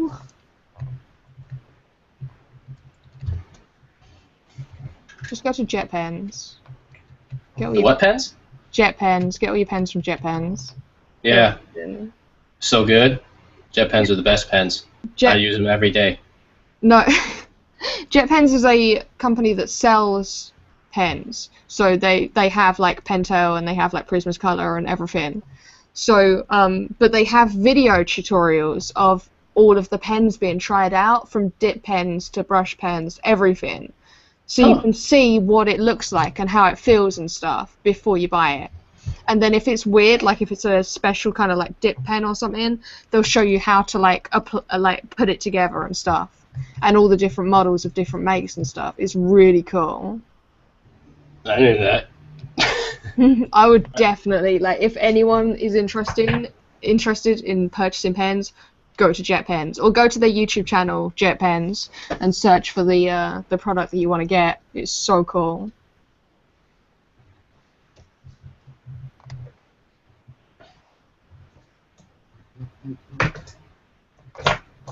They're gonna send you so many pens now that you gave them a shout out. Jet Pens.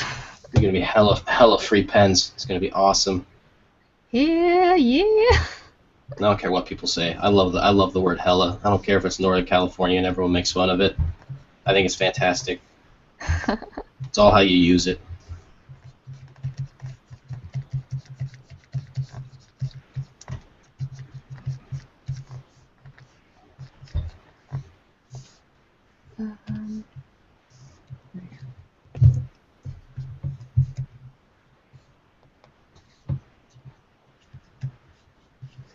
Ooh. Teal is my favorite color. Teal is awesome. Do you have a favorite color? Mm. Or a favorite color combo? I don't know. I guess not. I guess since I couldn't think of anything immediately. Yeah. That's weird. I never really thought about it. I like a nice sea green with blue. Because that makes me think of like Richard Diebenkorn paintings and like his Ocean Park paintings. I really love the palette of those. What name was that? Richard Diebenkorn. Richard D. I have no idea how to spell it. Diebenkorn. Diebenkorn, I think. Yeah, His I got it. series Ocean Park, he has a few of those. I really love the palettes of those.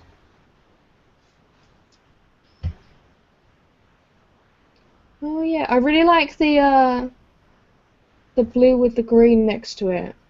So Mm-hmm. like where the green is added in. That's really nice. Yeah, abstract landscape painter. Jetpans.com. Everyone's posting jet pens. Jet pens. They're gonna give us so many free pens. Hell yeah.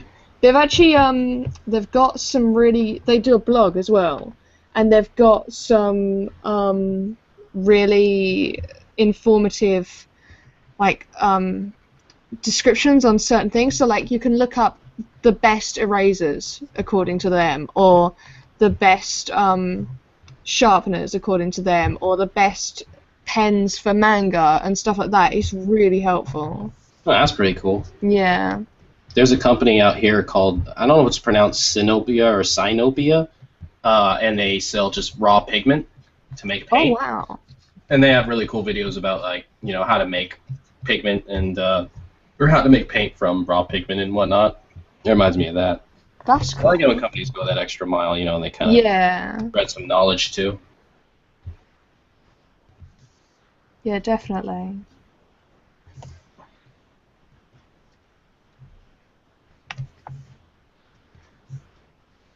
I think this will be a pretty nice drawing. I guess. I don't know. Yeah, I'm finally getting to a point where it's kind of coming together.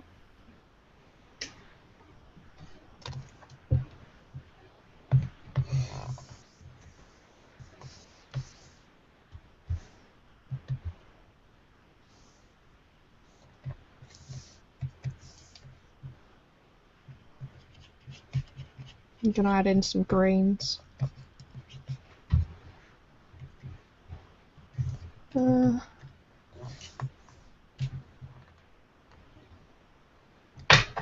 Had some like stringy hairs.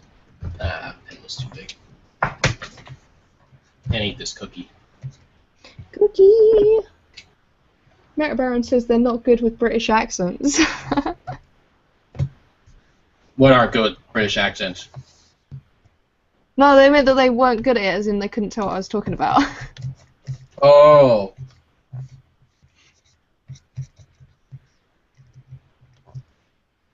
It's probably my That gets tricky. probably my For- Essexness. And for Americans, it gets tricky. I won't lie. Watch some episodes of Luther with subtitles, you know. Or like The Thick of It. Had to watch that with subtitles. Oh yeah. The show's awesome. I watched Brave for the first time the other day. Last night actually. How is it? It was very cool and it was very Scottish.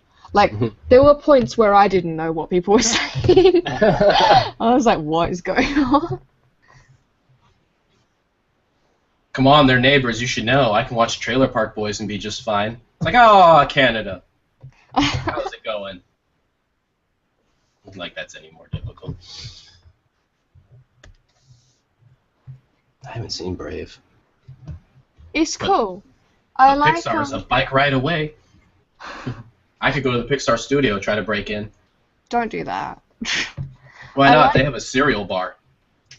What? What do you Yeah. mean a cereal bar? They have a part in their office where employees can go and they have like a shitload of different cereals and you can like eat whatever cereal you want. What, really? That's the kind of stuff they do in tech companies. They have like hammocks and froyo bars and normal bars with beer and pinball machines and stuff. They Huh. treat people right. They make me Yeah. wonder what I'm doing with my life. But then I remember, no, Mike, you like art. It's fine. Don't worry about it. Pixar's art as well. Pixar's a cool company, and yeah, I talked to some people that work. I know some people that work for them. Client that work for them. Showed an artist who works for Pixar in my space, and he's a really nice guy. He's pretty cool. I'm sorry, I interrupted you though with cereal bars. Oh, oh yeah, no, I don't eat cereal. What? I don't like cereal. I'm not a massive fan. I like cereal, but I never get around to eating it, I guess is the thing. Yeah. Like, you don't really get around to eating breakfast, you know? It's like, if you can, like, I always make a forget smoothie. It's hard. It's early, you know? I make a smoothie, and I have a cup of coffee. So I kind of have, like, this liquid breakfast. Oh. This is how I work. Liquid breakfast is the worst phrase.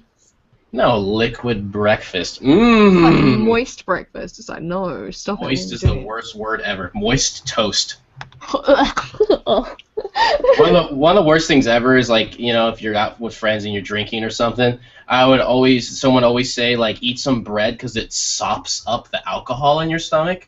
And I hated that because what I always pictured was, like, a bunch of whiskey spilled on a counter and then just, like, a floppy piece of bread just, like, soaking it up like a sponge.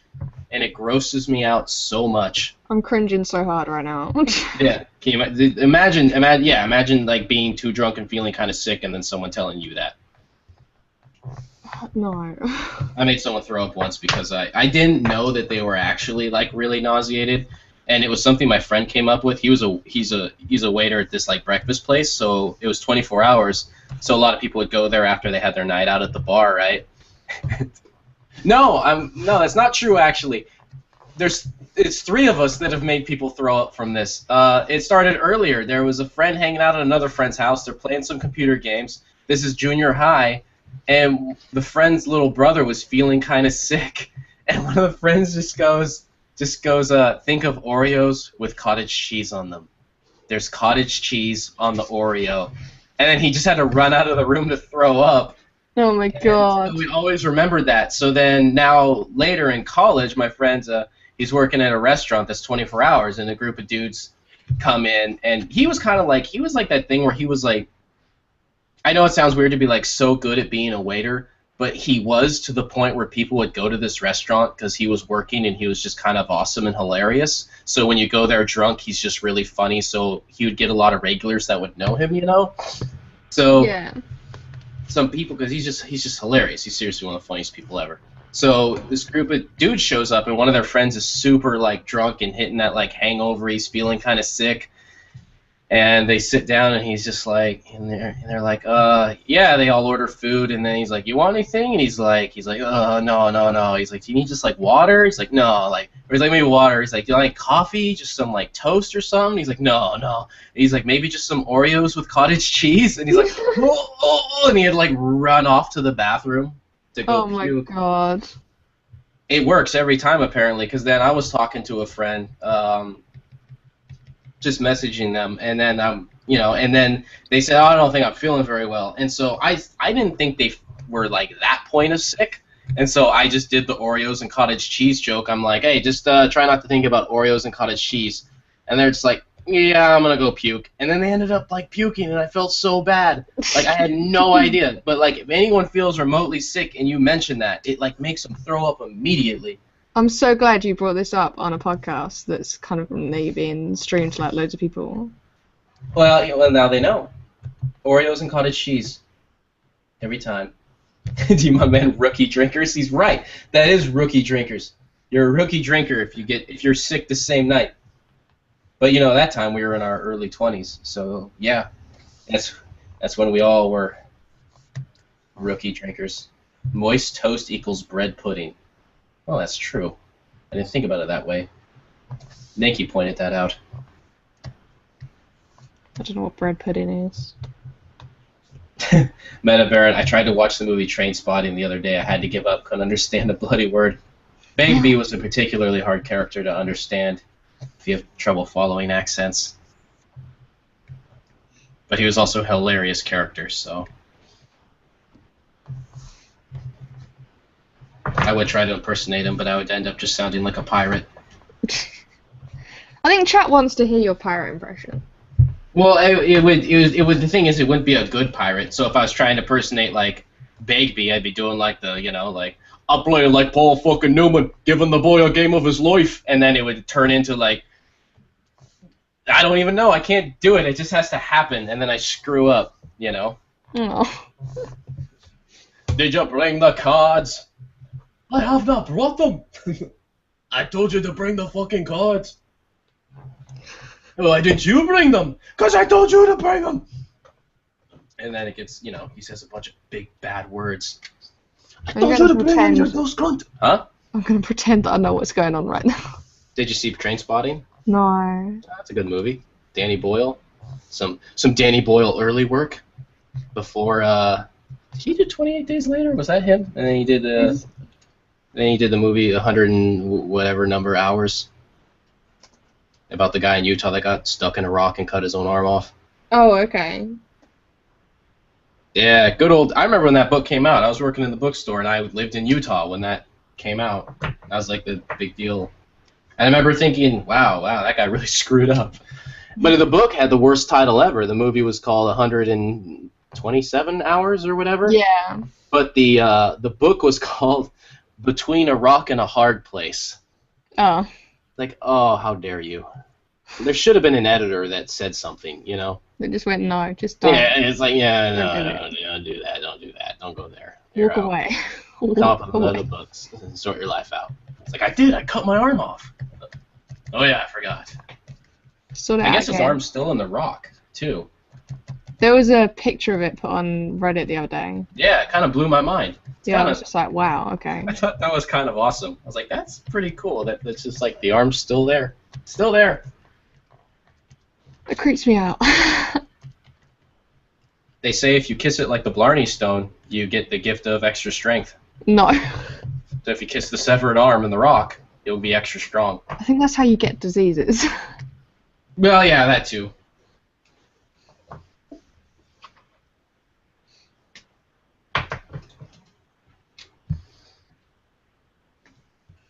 Trainspotting was a good movie. Has kind of the famous heroin withdrawal part with the baby crawling on the ceiling. It's pretty classic. Gosh. Yeah, it's a pretty creepy scene. It's pretty awesome. It's good though. Like the movie's kind of like an uplifter in the end a little bit. Okay. As far as heroin stories go.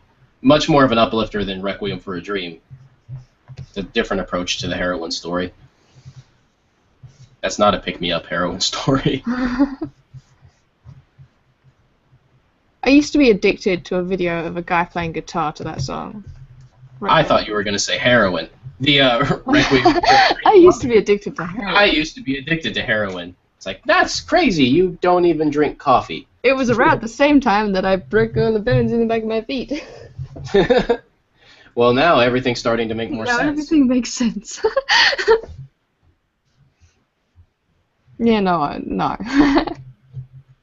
To clarify, no.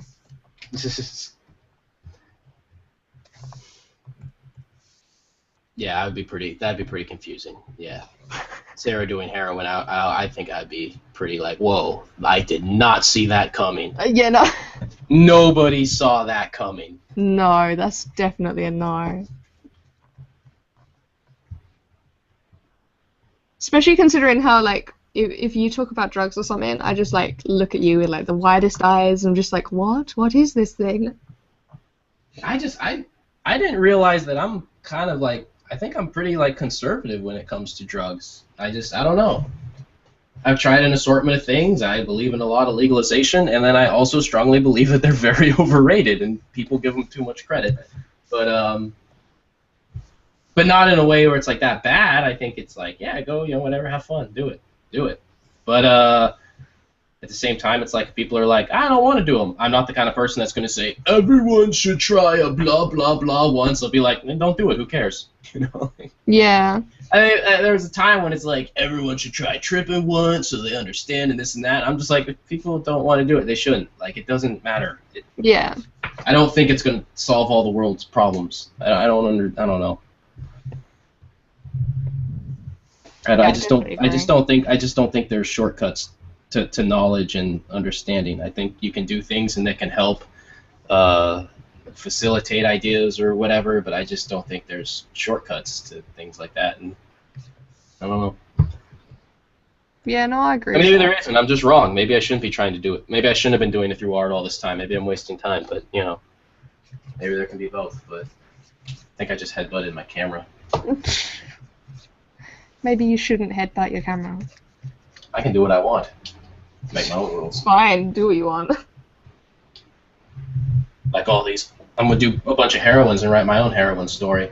I'm just gonna make it boring. How funny would that be? You write a book about heroin and it's just boring, and then you just quit, and then that's it. Like, what if that was like the heroine story? It's like, I did it a bunch.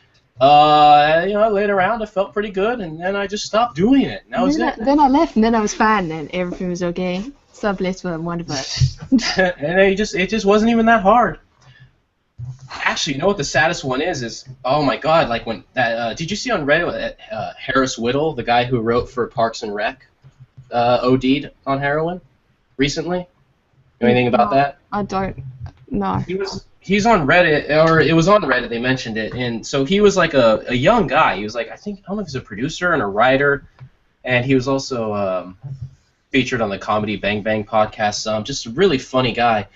And there's a podcast called You Made It Weird, and they interviewed him, and he does, for like 45 minutes to an hour, he talks about his addiction and getting addicted to heroin, and he goes through the whole thing, and he's just really good at storytelling, so it's really fascinating because it starts off as this small thing, and he's only like snorting, or what was he doing, like just a little bit here and there. He wasn't like, injecting it, I don't know, mainlining or whatever, I don't know the lingo. But as his story's going on, he's telling this crazy story about his heroin addiction, and it just gets more and more crazy to the point where he's buying it on Skid Row. The guy's like a producer, a Hollywood producer, buying heroin on Skid Row, And he's talking about it like so openly, and to the point where he was like in rehab talking about, but then also saying like, I knew if I kept doing it, like he was saying how he had it under control. He's like, I knew if I kept doing it, like I'm gonna die, like this will kill me, Yeah. And it was just so sad because then, like, one day I wake up, and then my friend had actually hit me up on Snapchat and mentioned it, and I was like, what the hell? And I see the article, and it's like, yeah, he OD'd on heroin.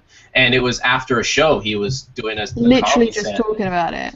Yeah, like he was, like, the podcast was, I don't know, maybe it was a month earlier or something, and then he was doing a show, and the night before he was talking about how he had it under control and he wasn't doing it anymore, and then he OD'd the next day. That's crazy. It was just like so sad, but that's what makes I mean really, like, people should listen to that podcast. You Made It Weird. His name was Harris Whittle. I don't know if people can Google it, but it's so fascinating because it's like the thing that was so crazy about when people that have been through severe addictions. It's always like this. They don't really talk about how it's always kind of this gradual thing, so it's really easy to not see it coming. It's there eventually, but you kind of just like. They just build into it, and so like his story's so extended, and there's even a humor to it, and and he's just telling it, and then now realizing like, oh my god, it killed him, Yeah. And that awareness, like when they hit that point where they're like, I know this could and most likely will eventually kill me, and like they still couldn't get away from it. It's in a really amazing podcast because you're hearing it from the perspective of someone who's very honest but has like a good sense of humor, and I don't know, it just made it like that much like harder of news to kind of hear when it happened. Yeah, that's crazy. Yeah, it's a bummer. Don't mess around with that stuff. No.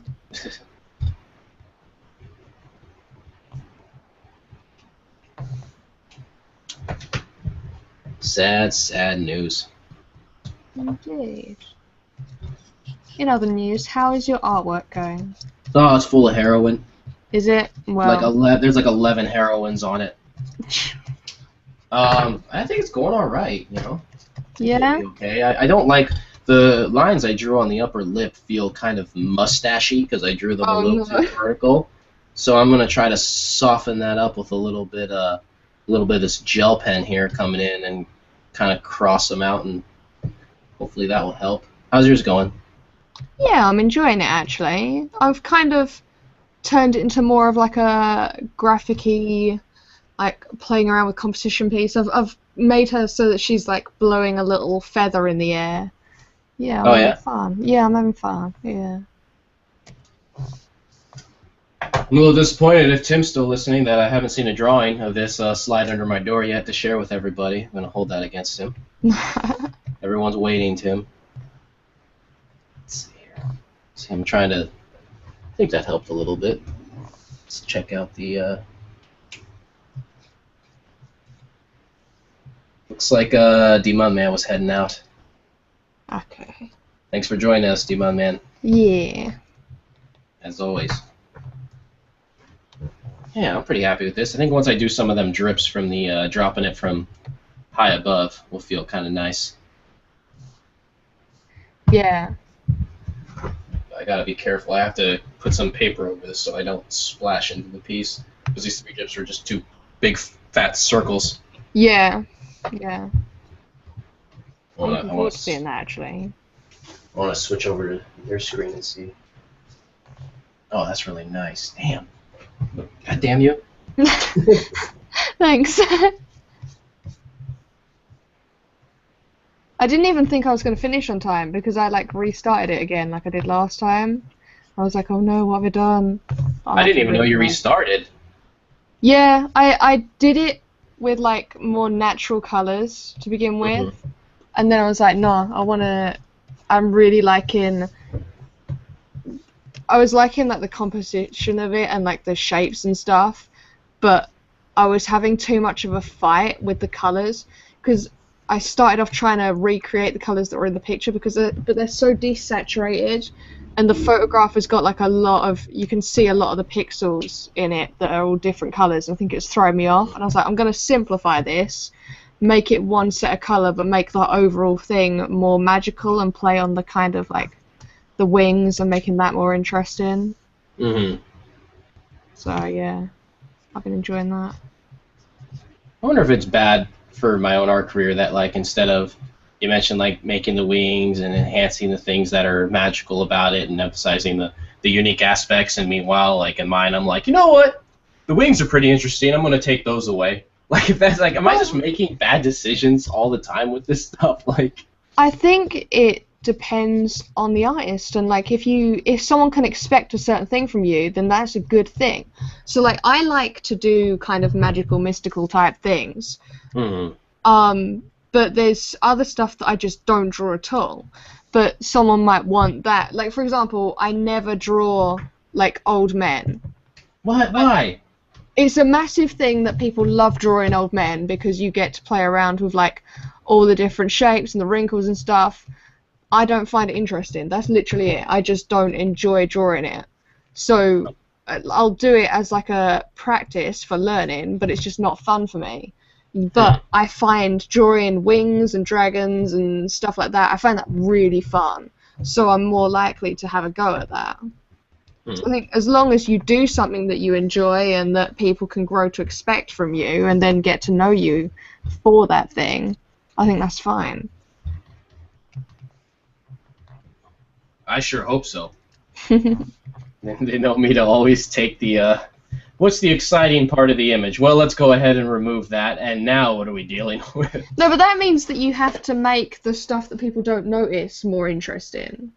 I hope so. Even when I was doing those landscape things, it would always be like, I would force myself if I was taking photos out of the car to like not drive far into the distance, to just literally pull on the side of the highway, take a photo, and then be like, okay, like how do I make this a landscape that's worth looking at? Like, because it was interesting on its own, you know. Like, I don't know. Then sometimes it was like, am I being lazy, or is there a philosophy behind this? I hope there's an idea, because it feels like there is. Oh, Foxtrot's posted in the redditgetsdrawn thread. They've edited their comment. Let's go there.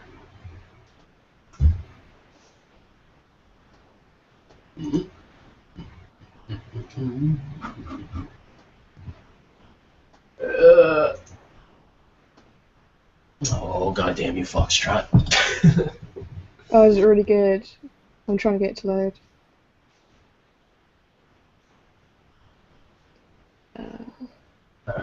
I'm gonna screen share it. Once I can find out where the hell the thing. Oh, there we go. Oh, that's cool. I like that. That's got a lot of energy in it, and I really like that. And yet, everything kind of builds around the middle section with her face drawn really detailed. I like really the cool. different scales of brush strokes. Like you start off the large, work smaller and smaller. It's a lot how. I mean, I really like when people do that with oil painting as well. That's really nice.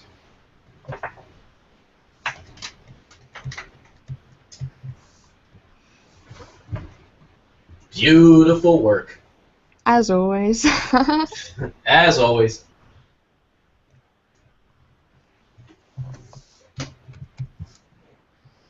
More this black here. I want this to be darker. Whoa, shit. Oh, what have you done? I accidentally went where I wasn't supposed to, but I think it'll be alright. It wasn't that severe. Nothing I can't touch up with. Matt Stein says that they're the same way with babies. They never want to draw them. I don't like drawing babies either. No one likes drawing babies. Like, Well, they don't have any features. yeah. I know they're interesting to the parents, but come on now. It's really hard to find an artist that likes drawing babies. They pretty much all look the same. Yeah, that's right, I went there. You went there? Ooh. I bet you think all babies look the same, Mike. You literally just said that, so I think, yeah. Yeah, I do. Yes, that is exactly how I feel. Babies are only interesting for their parents. I mean, they can be kind of like funny and weird, but as far as drawing goes, not so interesting. I think even if it was my own kid, I'd be like, you know what, I'm not gonna draw you for like another 5 or 6 years. And the baby wouldn't understand because it's a baby. They wouldn't know what I'm saying. I don't know. I try to draw people that are close to me all the time, and I'm just like, I hate all of this.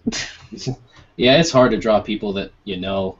Yeah. A lot, like that you see regularly. I can draw people I know I don't see regularly, but people I see regularly, or I grew up with, is just really difficult. Yeah. I'm gonna give her like space hair. Hmm? I'm giving her like space hair. Oh, I won't see this. I'm putting like tiny little stars in it and everything. That's fantastic.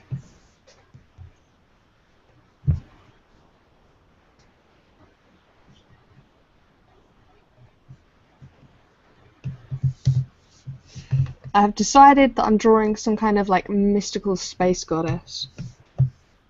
Hey, why not? I'm just drawing a person. I took away the wings. I'm not even drawing an angel. This is just a person now. I like it like that, though.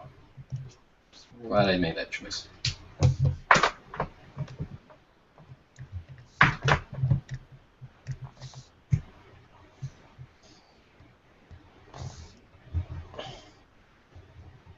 I should just do a project where I hire models and I say, bring some things that are like really personal to you, that you like, that you like really help you express yourself and creative.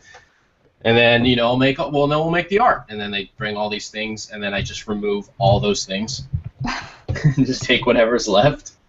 That might be interesting, because that might actually really like affect the pose different That's what I'm models just would thinking. I choose. think it would be really interesting to try and see how that affects something if you try to not use it, or if you try to create the effect of it without it not being in the picture.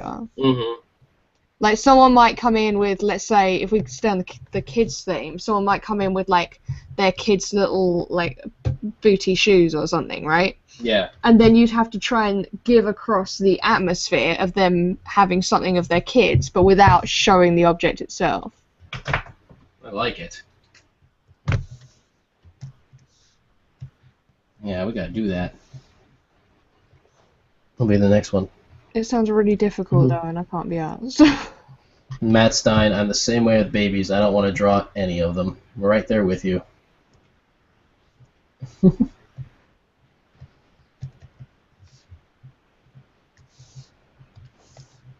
Foxtrot, that's been a 2-hour lunch break. Where are you, Foxtrot? Where is it lunch in the world right now? Not here. It's 5 a.m. here. Yeah, it's 9:06 p.m. here. another podcast, staying up all night. Oh boy,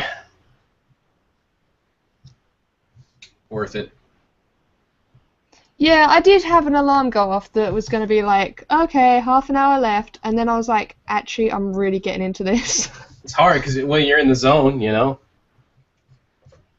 But yeah, it's like it's coming along to a point. I don't know how far you want to take it, you know. But I feel like we are more ahead on this one than last week. Like last week was a doozy. Yeah. Everyone thought it was funny because actually, so you know, my roommate who draws along, we've seen his art, his nice art as well. He was staying at a friend's place to watch their cats for the week, you know, in San Francisco. Yeah, you know, they have those cats apparently too that like when no one's there, the cats just like jump on the counter and they'll just push glasses off the table. Like that's just the kind of Yep. yeah, I know they're that. those cats. And so he's working easy. So he comes back and you know he's back in the apartment and he was just like that drawing you guys chose was a nightmare. Like that was the hardest photo. Yeah. Yeah, that was. We realized that as we were going. That yeah, last week's was brutal to get through. It was fun though. We got Yeah, some it was mentions fun, by you know. It Will Be Mine for it. Yeah, that's right. That's right. She liked the results. It will be mine. Yeah. Big fan. Swinging the mighty band hammer. Yep. God, this shit. I like how she also mentions like the her hate PM of the week or whatever. Yeah. Like, dude, people are brutal. Yeah, God. I don't They think get I mad. could deal with that. I don't think I could at all. I don't know. It'd drive me nuts. It'd be That hard. would wear me down so fast. Oh, and that's the thing. People always be like, "Oh, she's like really mean." It's like, dude, if you saw the kind of stuff people said to her every day, she's just in like a total I don't give a fuck place, and That's the only way Yeah. you can deal with that. it's the only way. Because people always forget too. I saw a subreddit. Someone suggested to one of the main subreddits. What was it? Some kind of rule, and they said to. Someone suggested it to our picks. They said, "Hey, we should not allow people that include sob stories in the title." Yeah. And it was this huge thing, and everyone's theorizing. And I'm just sitting there thinking about it. Man, like RGD did that a long time ago, and it's really helped the sub. But Yeah. it also made the mods get so much shit. Because someone will be like, my blah blah blah was sick and My blah daughter blah blah, has and then you have cancer, to delete please it and draw say we don't take sob stories, and it's really personal. Yeah. It's true that it helps, though. It helps, but I was sitting there thinking, oh my god, if it's thinking of all the shit that the mods have gotten on Reddit gets drawn for that. Imagine being in our picks where you have like 3 million subscribers or whatever, and then you got to enforce that rule. I but don't I think just it was would work hilarious. in our picks. No, I I think it's too large. I just don't think it would happen. But it made me that much give that much more credit to like the RGD mods for being like, hey, they were that far ahead of the game, you know, for like enforcing rules like that, no matter how brutal it's gonna be. But yeah, that made me laugh. Oh, Foxtrot's in Australia. I knew that as well. Why didn't I say it? Oh, that's all right. That's our man Orvane is out there as well. Wait, Foxtrot, you know Orvane? Not because you guys are just both. No, you're Australia. Orvane's in New Zealand. That's right. Get everything Dude, mixed up. don't get Australia and New Zealand mixed up. I know. hate that. No. The only reason I said it is because I know that he has a friend that also posts stuff, and then I got it confused thinking of different people's usernames. So, no, I know they're two different places. I know. You know. But I was trying to remember who it was that they know each other. I can't remember. Whatever. I just always get scared that I'm just horrible with names. So like I'm always worried I'm like miss someone's username, and then I see that and they're like, oh my god, it's this person. I know them really well. Oh Jesus, that's embarrassing. Me. Oh god, no, I've done it again. I leave the room. They're watching me leave. This is awkward. Meh. I would literally do that thing where if someone's like, hey, what's up? And then I'd have to like get my friend to be like, introduce yourself and let them say what their name is. Like I had a system with my one friend where I would say, hey, what's up? And then he would know in advance for him to say, oh, Mike's horrible at introducing people, or Mike's a rude asshole. My name is blah. So they would say their name because he would know that I didn't remember their name. Like we had a whole system in place. Oh my god. Yeah, it's that bad. I can't do names. I just forget names that are so important, and I should definitely know. It's bad. That is bad. It's really bad. I'm feeling pretty good about this piece. Kind of want to do those drips. Just drop them on the floor right now. It's scary though, because if I miss, it's pretty drastic. Well, I'm about ready to finish up, actually. Yeah, I could probably call this a wraps. And then just do the drips real quick in my own time.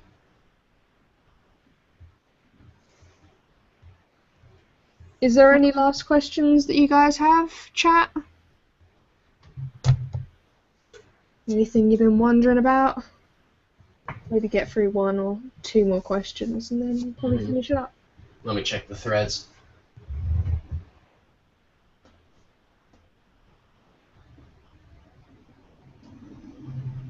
Oh, wait, hold on.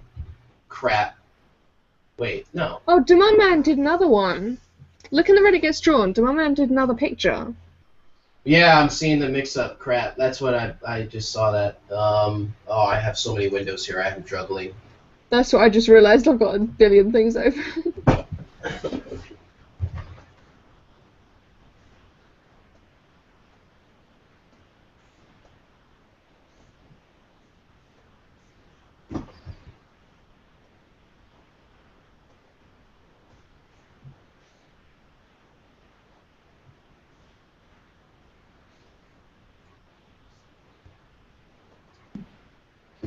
I think I did that wrong. Let me try that again. What are you There doing? we go. Alright, I'm sharing to my man's other one right now. Oh, I just went straight up line drawing on this one. Yeah. I like the line drawing. Yeah, I do too. He kicked that out fast too. I think I actually prefer the line drawing.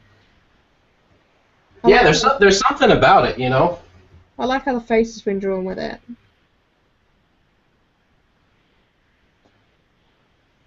I'm glad we didn't miss that. Yeah, that was. I think the line drawing has more control over the fundamentals. Maybe. Well, you know, also it's hard to kick out a painting really fast. It's Oh, like a yeah. whole different. Because yeah, layering it, and does he work in oils? So. Acrylic. Oh, he is in acrylic. I have to look at him a bit. But yeah, it's so hard to like pump out a painting, like a legit painting. That's ridiculous. What's interesting about this one, it's like it's all contour based too, which is also really tricky. Beautiful.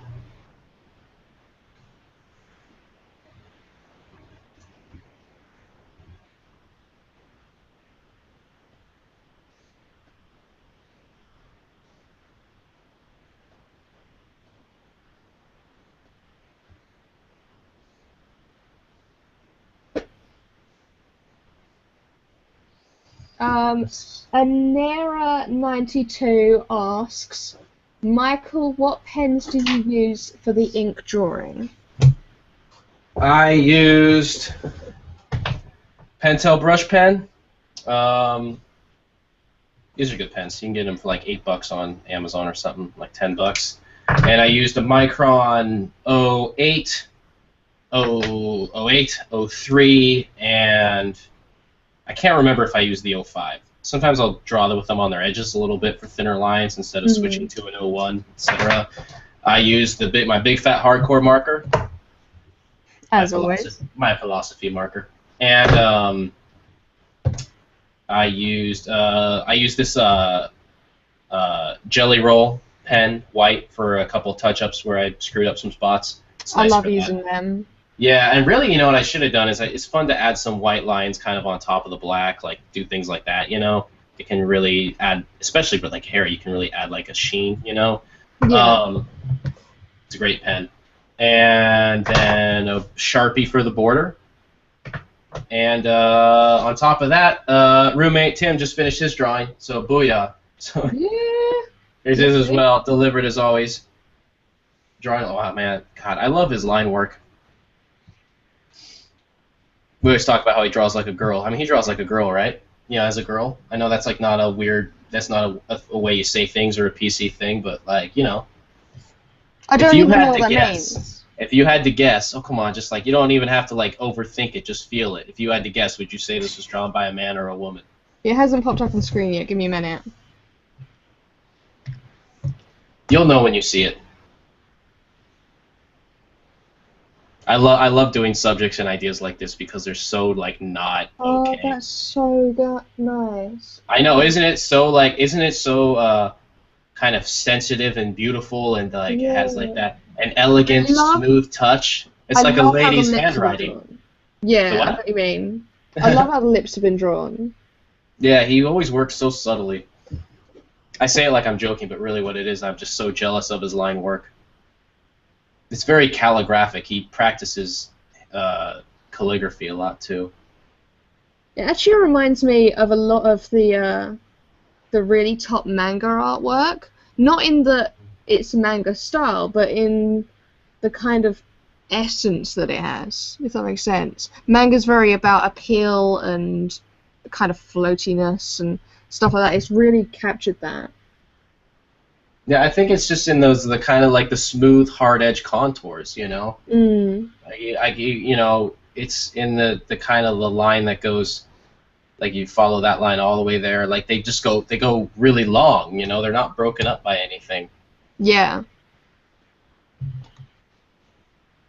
Yeah, I really like that. Yeah, his drawings are always awesome. I really wish I could get him to just post to Reddit Gets Drawn for God's sakes, but I try every time. Try to convince him every time. Well, does he have a art page where people can see his stuff? I think his website may have expired. Oh, really? Normally it'd be Right, tell him to sort his life out. Yeah, sort his life out. Well, he does make films. I'm gonna go ahead and shout that out. I don't even know if it's okay. If it's not okay, he can run in here and stop me right now. But he actually has. He's made some kind of some video art pieces and some short films, and he put together this director reel that is really awesome. Like it's just kind of like almost like a trailer kind of his films on Vimeo. Okay. Let me see how to find it, so I can tell other people how to find it. I want to push it more because then he'll have to make more. Just keep pressuring him. He did a lot of the footage when he was in Iceland. Oh, Iceland's gorgeous. Yeah. I think this is it. Let me check. I'm checking on my Chromebook right now. I just want, because I don't have a good way for links. I can put links of yeah. Tim L. Schafer cinematography show reel. Yeah. That's what you search on video. That's right, buddy. You're out there. It's done. I did it. It's done. I'm gonna be emailing you tomorrow. You have to take that part out at the end. No. Not deal with it, because it's up to me to do, and I'm too lazy. So deal with it. No, that's the thing. He's a very modest man, and he's insanely talented. It's awesome. Gorgeous artwork. Second question from Anera. How do you keep your micron tips from getting messed up, or do you just buy a new one? I just pretty much buy new ones. Yeah, I'm the same way. Here, look. Oh, hold on. I should demonstrate. Oh my God! I just elbowed my camera. Don't do that. Clumsy. Hold on a second. Yeah, I do exactly the same thing. While I'm grabbing these, you can check out the Tim L. Schafer show reel on Vimeo. Schafer. to see some of his work that he filmed with like 2 lenses and 1 camera. Amazing. So like I get lots of microns. Lots of these are color microns, which is stupid because I've never used them. Like I've never used the blue micron. I've never used a yellow micron. A yellow micron. When am I gonna ever use a yellow? Anyways. Next week's show, you should try and make an entire piece out of the colored microns. Well, you would never see them on the camera. Would be the problem. Oh yeah, good point. But it's, yeah, that's so much for that. Meh. But yeah, like if they start to get like out of ink or whatever, I just get another one. Yeah. So lots of these are probably fine because I don't keep track of them very well. But then they also there's probably a handful in there that I should just throw away by now. I'm sure there's ways to keep better things. Like I know. Like, don't, like, use with mixed media. Like, don't ever use any type of felt-tipped pen if you have gesso anywhere on the paper. If you're trying to do a mixed media thing and use gesso, like, I feel like if you want to ruin Sharpies, for example, just paint gesso, then try to draw on top of it and watch your Sharpie get ruined because of the grit, sandy, kind of gritty material, and it just gets all up in the tip and ruins it for good.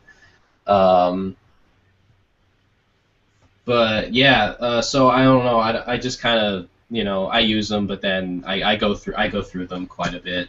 And I've been using a lot of the larger tips though. So when I use an 08, I'll actually do a lot of lines by just kind of lightly holding it and drawing on its side, which I'm not that big of a fan of. I have a friend who does drawings like that named Joe Kowalczyk in my studio, and he'll do these beautiful drawings with just like these beautiful levels of shading. But sometimes when I'm doing my hatching, I like the idea of the lines all being the same size, like a uniform line, and I'm just using smaller pens. Really? Like keeping to that. Yeah, I kind of like that idea of like trying to keep to that system and measuring it out, like forcing the patience on myself. But at the same time, I've loosened up with it over time because it's an arbitrary rule that I don't need to apply on my art, like many other things. Like many other ways I do art, where I'm always applying arbitrary rules that only make things more difficult. Can't wait to get these splashies on here.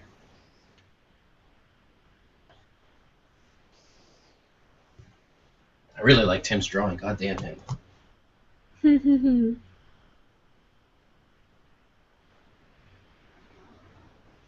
Are you happy to end it there? Yeah, I'm good to end it there. You know what I'm gonna do? Hold on a second here.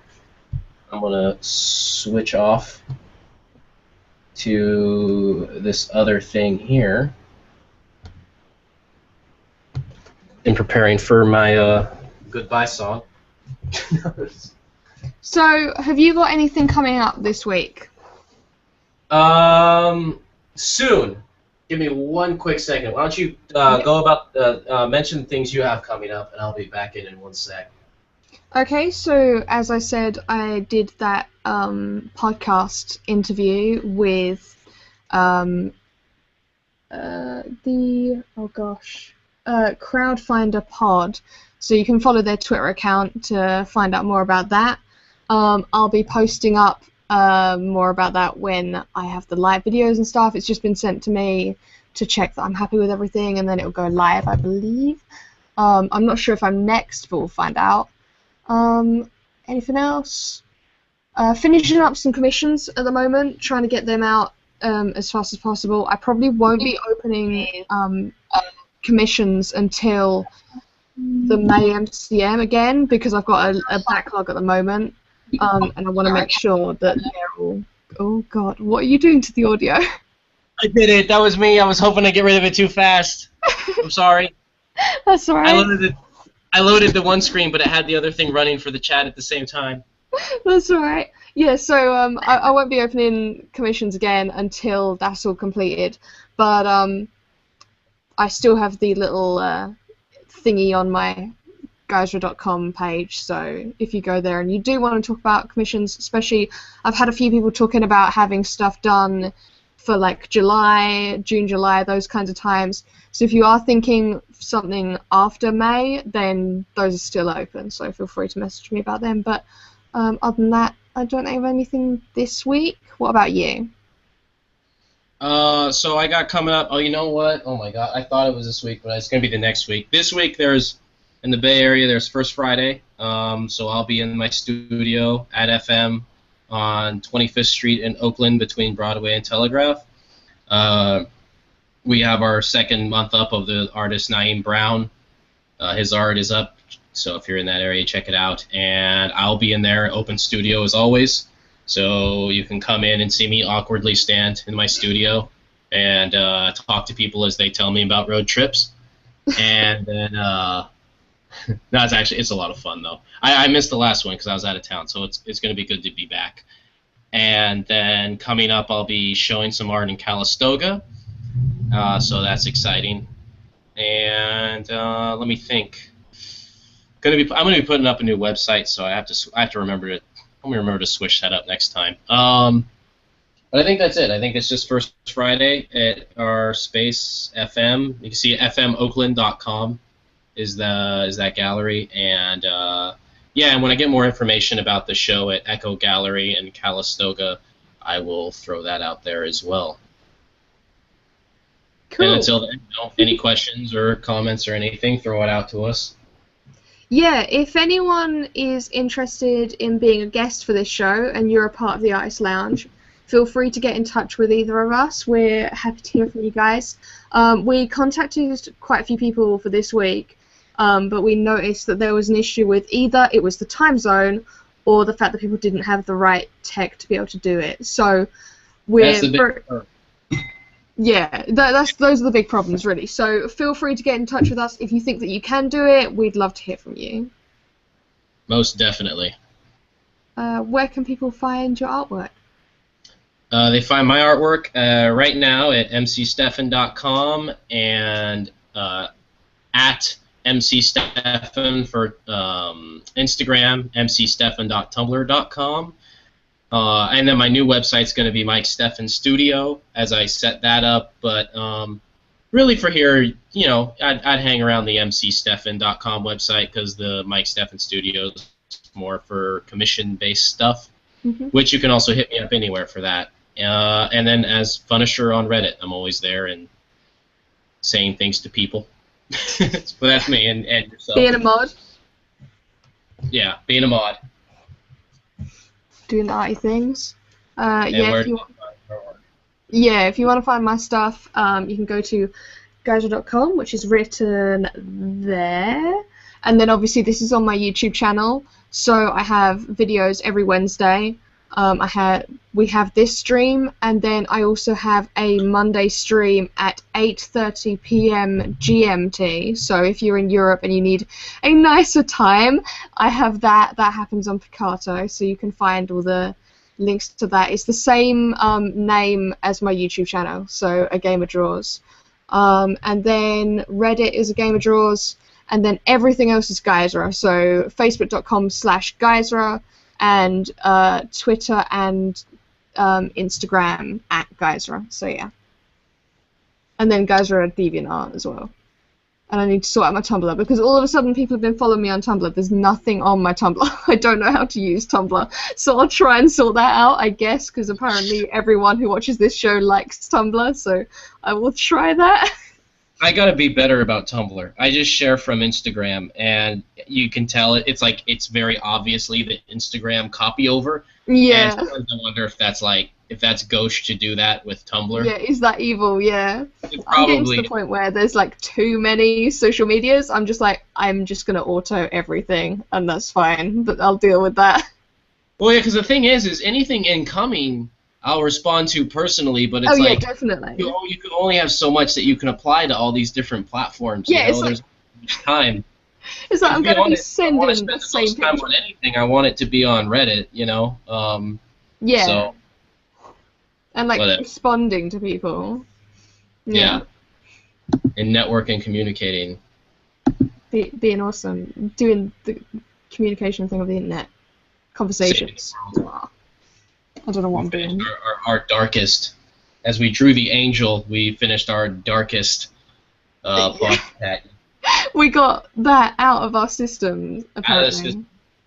Next week we're gonna work on our improv. Improv. Really? Yeah, we're gonna get on here. We're gonna be like, give me an occupation and a weird place to be stuck, and then we have to act out a funny scene. I've never done improv. It's not. No, neither have I. I just assume that's how it works. I've only seen Whose Line Is It Anyway? That's my definition of improv. I mean, I don't know. Isn't that what it pretty much is? I don't know. I think so. I don't know anything Yeah. about it. But yeah. All right, awesome. That's everything. So we'll see you guys same time next week.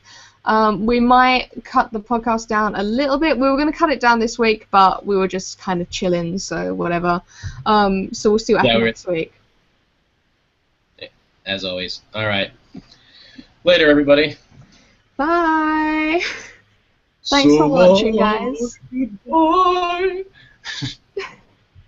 We